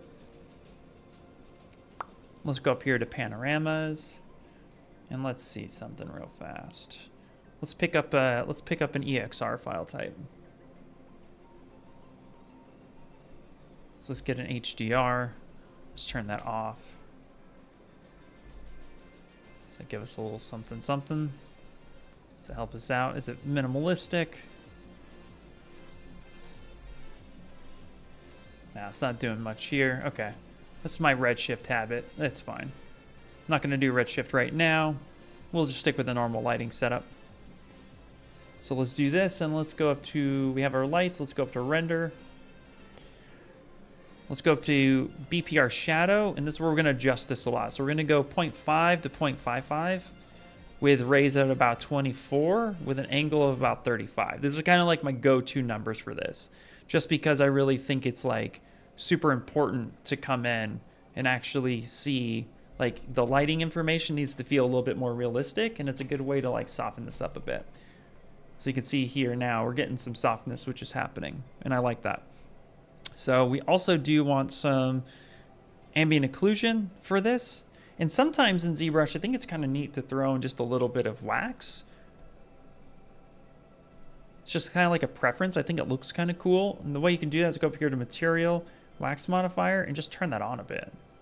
And that can bring just a little bit of, just a little bit more something to the table.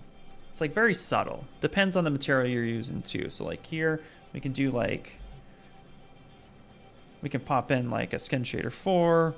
You can adjust this stuff if you wanted to. So completely up to you. And on this main light here, we can actually increase this a little bit. There you go. And if you want to get fun, we can add in a third light here. Again, with a little bit of white, just to kind of fill that in. We don't want to go too much, so what we can do is turn off these other lights and see where this one is going. So this one can come up from the top here. Okay, that's looking nice. Now if we introduce this, does this blow out the scene? And if it does, we need to adjust. So we're getting a hot spot right here at the very top, so we can adjust this back down. We can even throw this a little bit more over that way and a little bit more over this way. This fill light, you got a fill lights, and then you have your main key lights. So I usually take my fill light to be a lot softer, not the same strength. So I have my main, this way it just illuminates a little bit more. Here's with it. So I'll turn this on too. So here's with all 3 lights on. You can see what's going on in this information. As soon as I turn this off though, you can see how much more darker that gets. So you want to be able to expose a lot of this information. So having that on, so it's like a 3 light setup, pretty simple approach to it. A lot of photographers just dive into this, which is cool. Yeah, I'm definitely going to be 3D printing him as well. So he's going to have multi-projects. He's going to be 3D printed. We're going to end up posing him, and then he's also going to be rigged. So I want to be able to animate him. I think that'd be a lot of fun. So this will be pretty good. Now we're just building for our final render before we shut the stream down.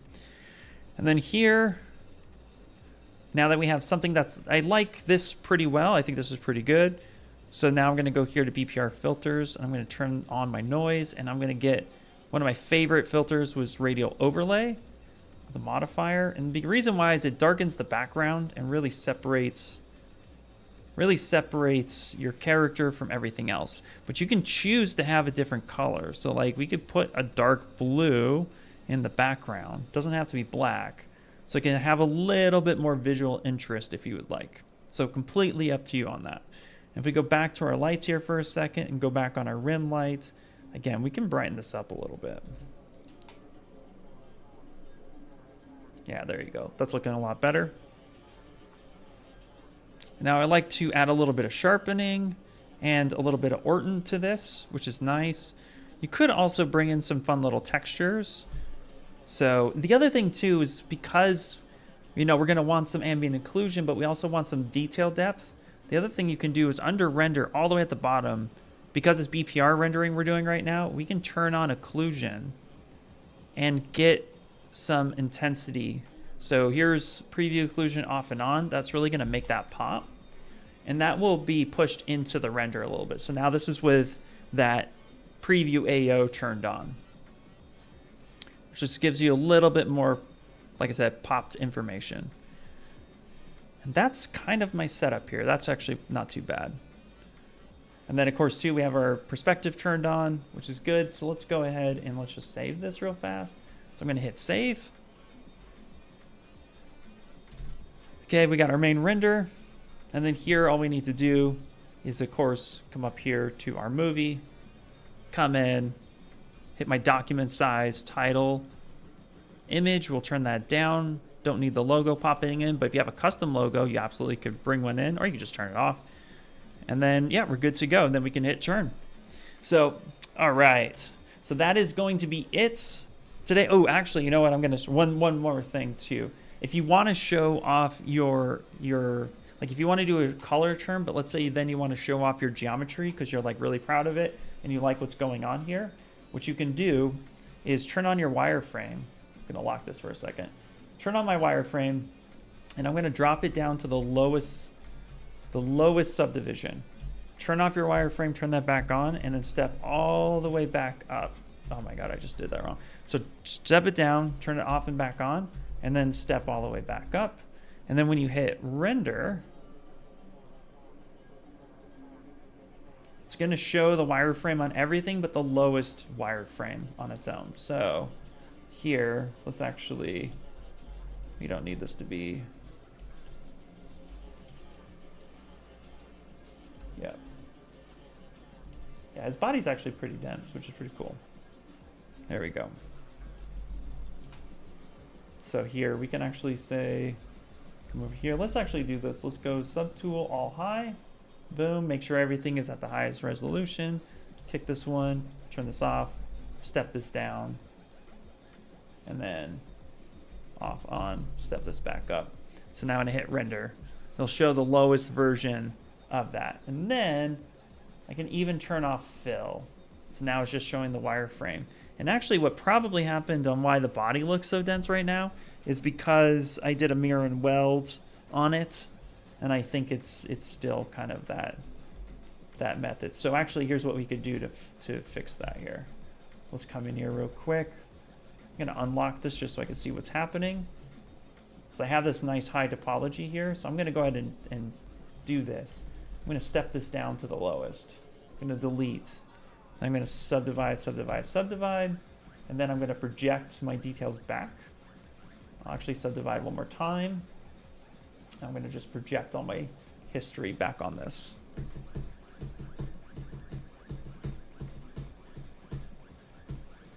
Yeah, there you go. Okay, that makes more sense now. Okay, so now we have this guy right here. So let's do the same thing. So turn on my wireframe, step down to the lowest, grab this, turn it back on. There we go. And now if I hit render, there you go. You can start seeing the lower topology. Now his body's a lot more dense than his head. If we wanted to even that out, that's simple enough. Let's come up here to geometry, just step down before the lowest, just delete lower. And then you can step that back up. And then you can just go ahead. And you can also go to preferences, you can go up to draw and make this a little bit thicker.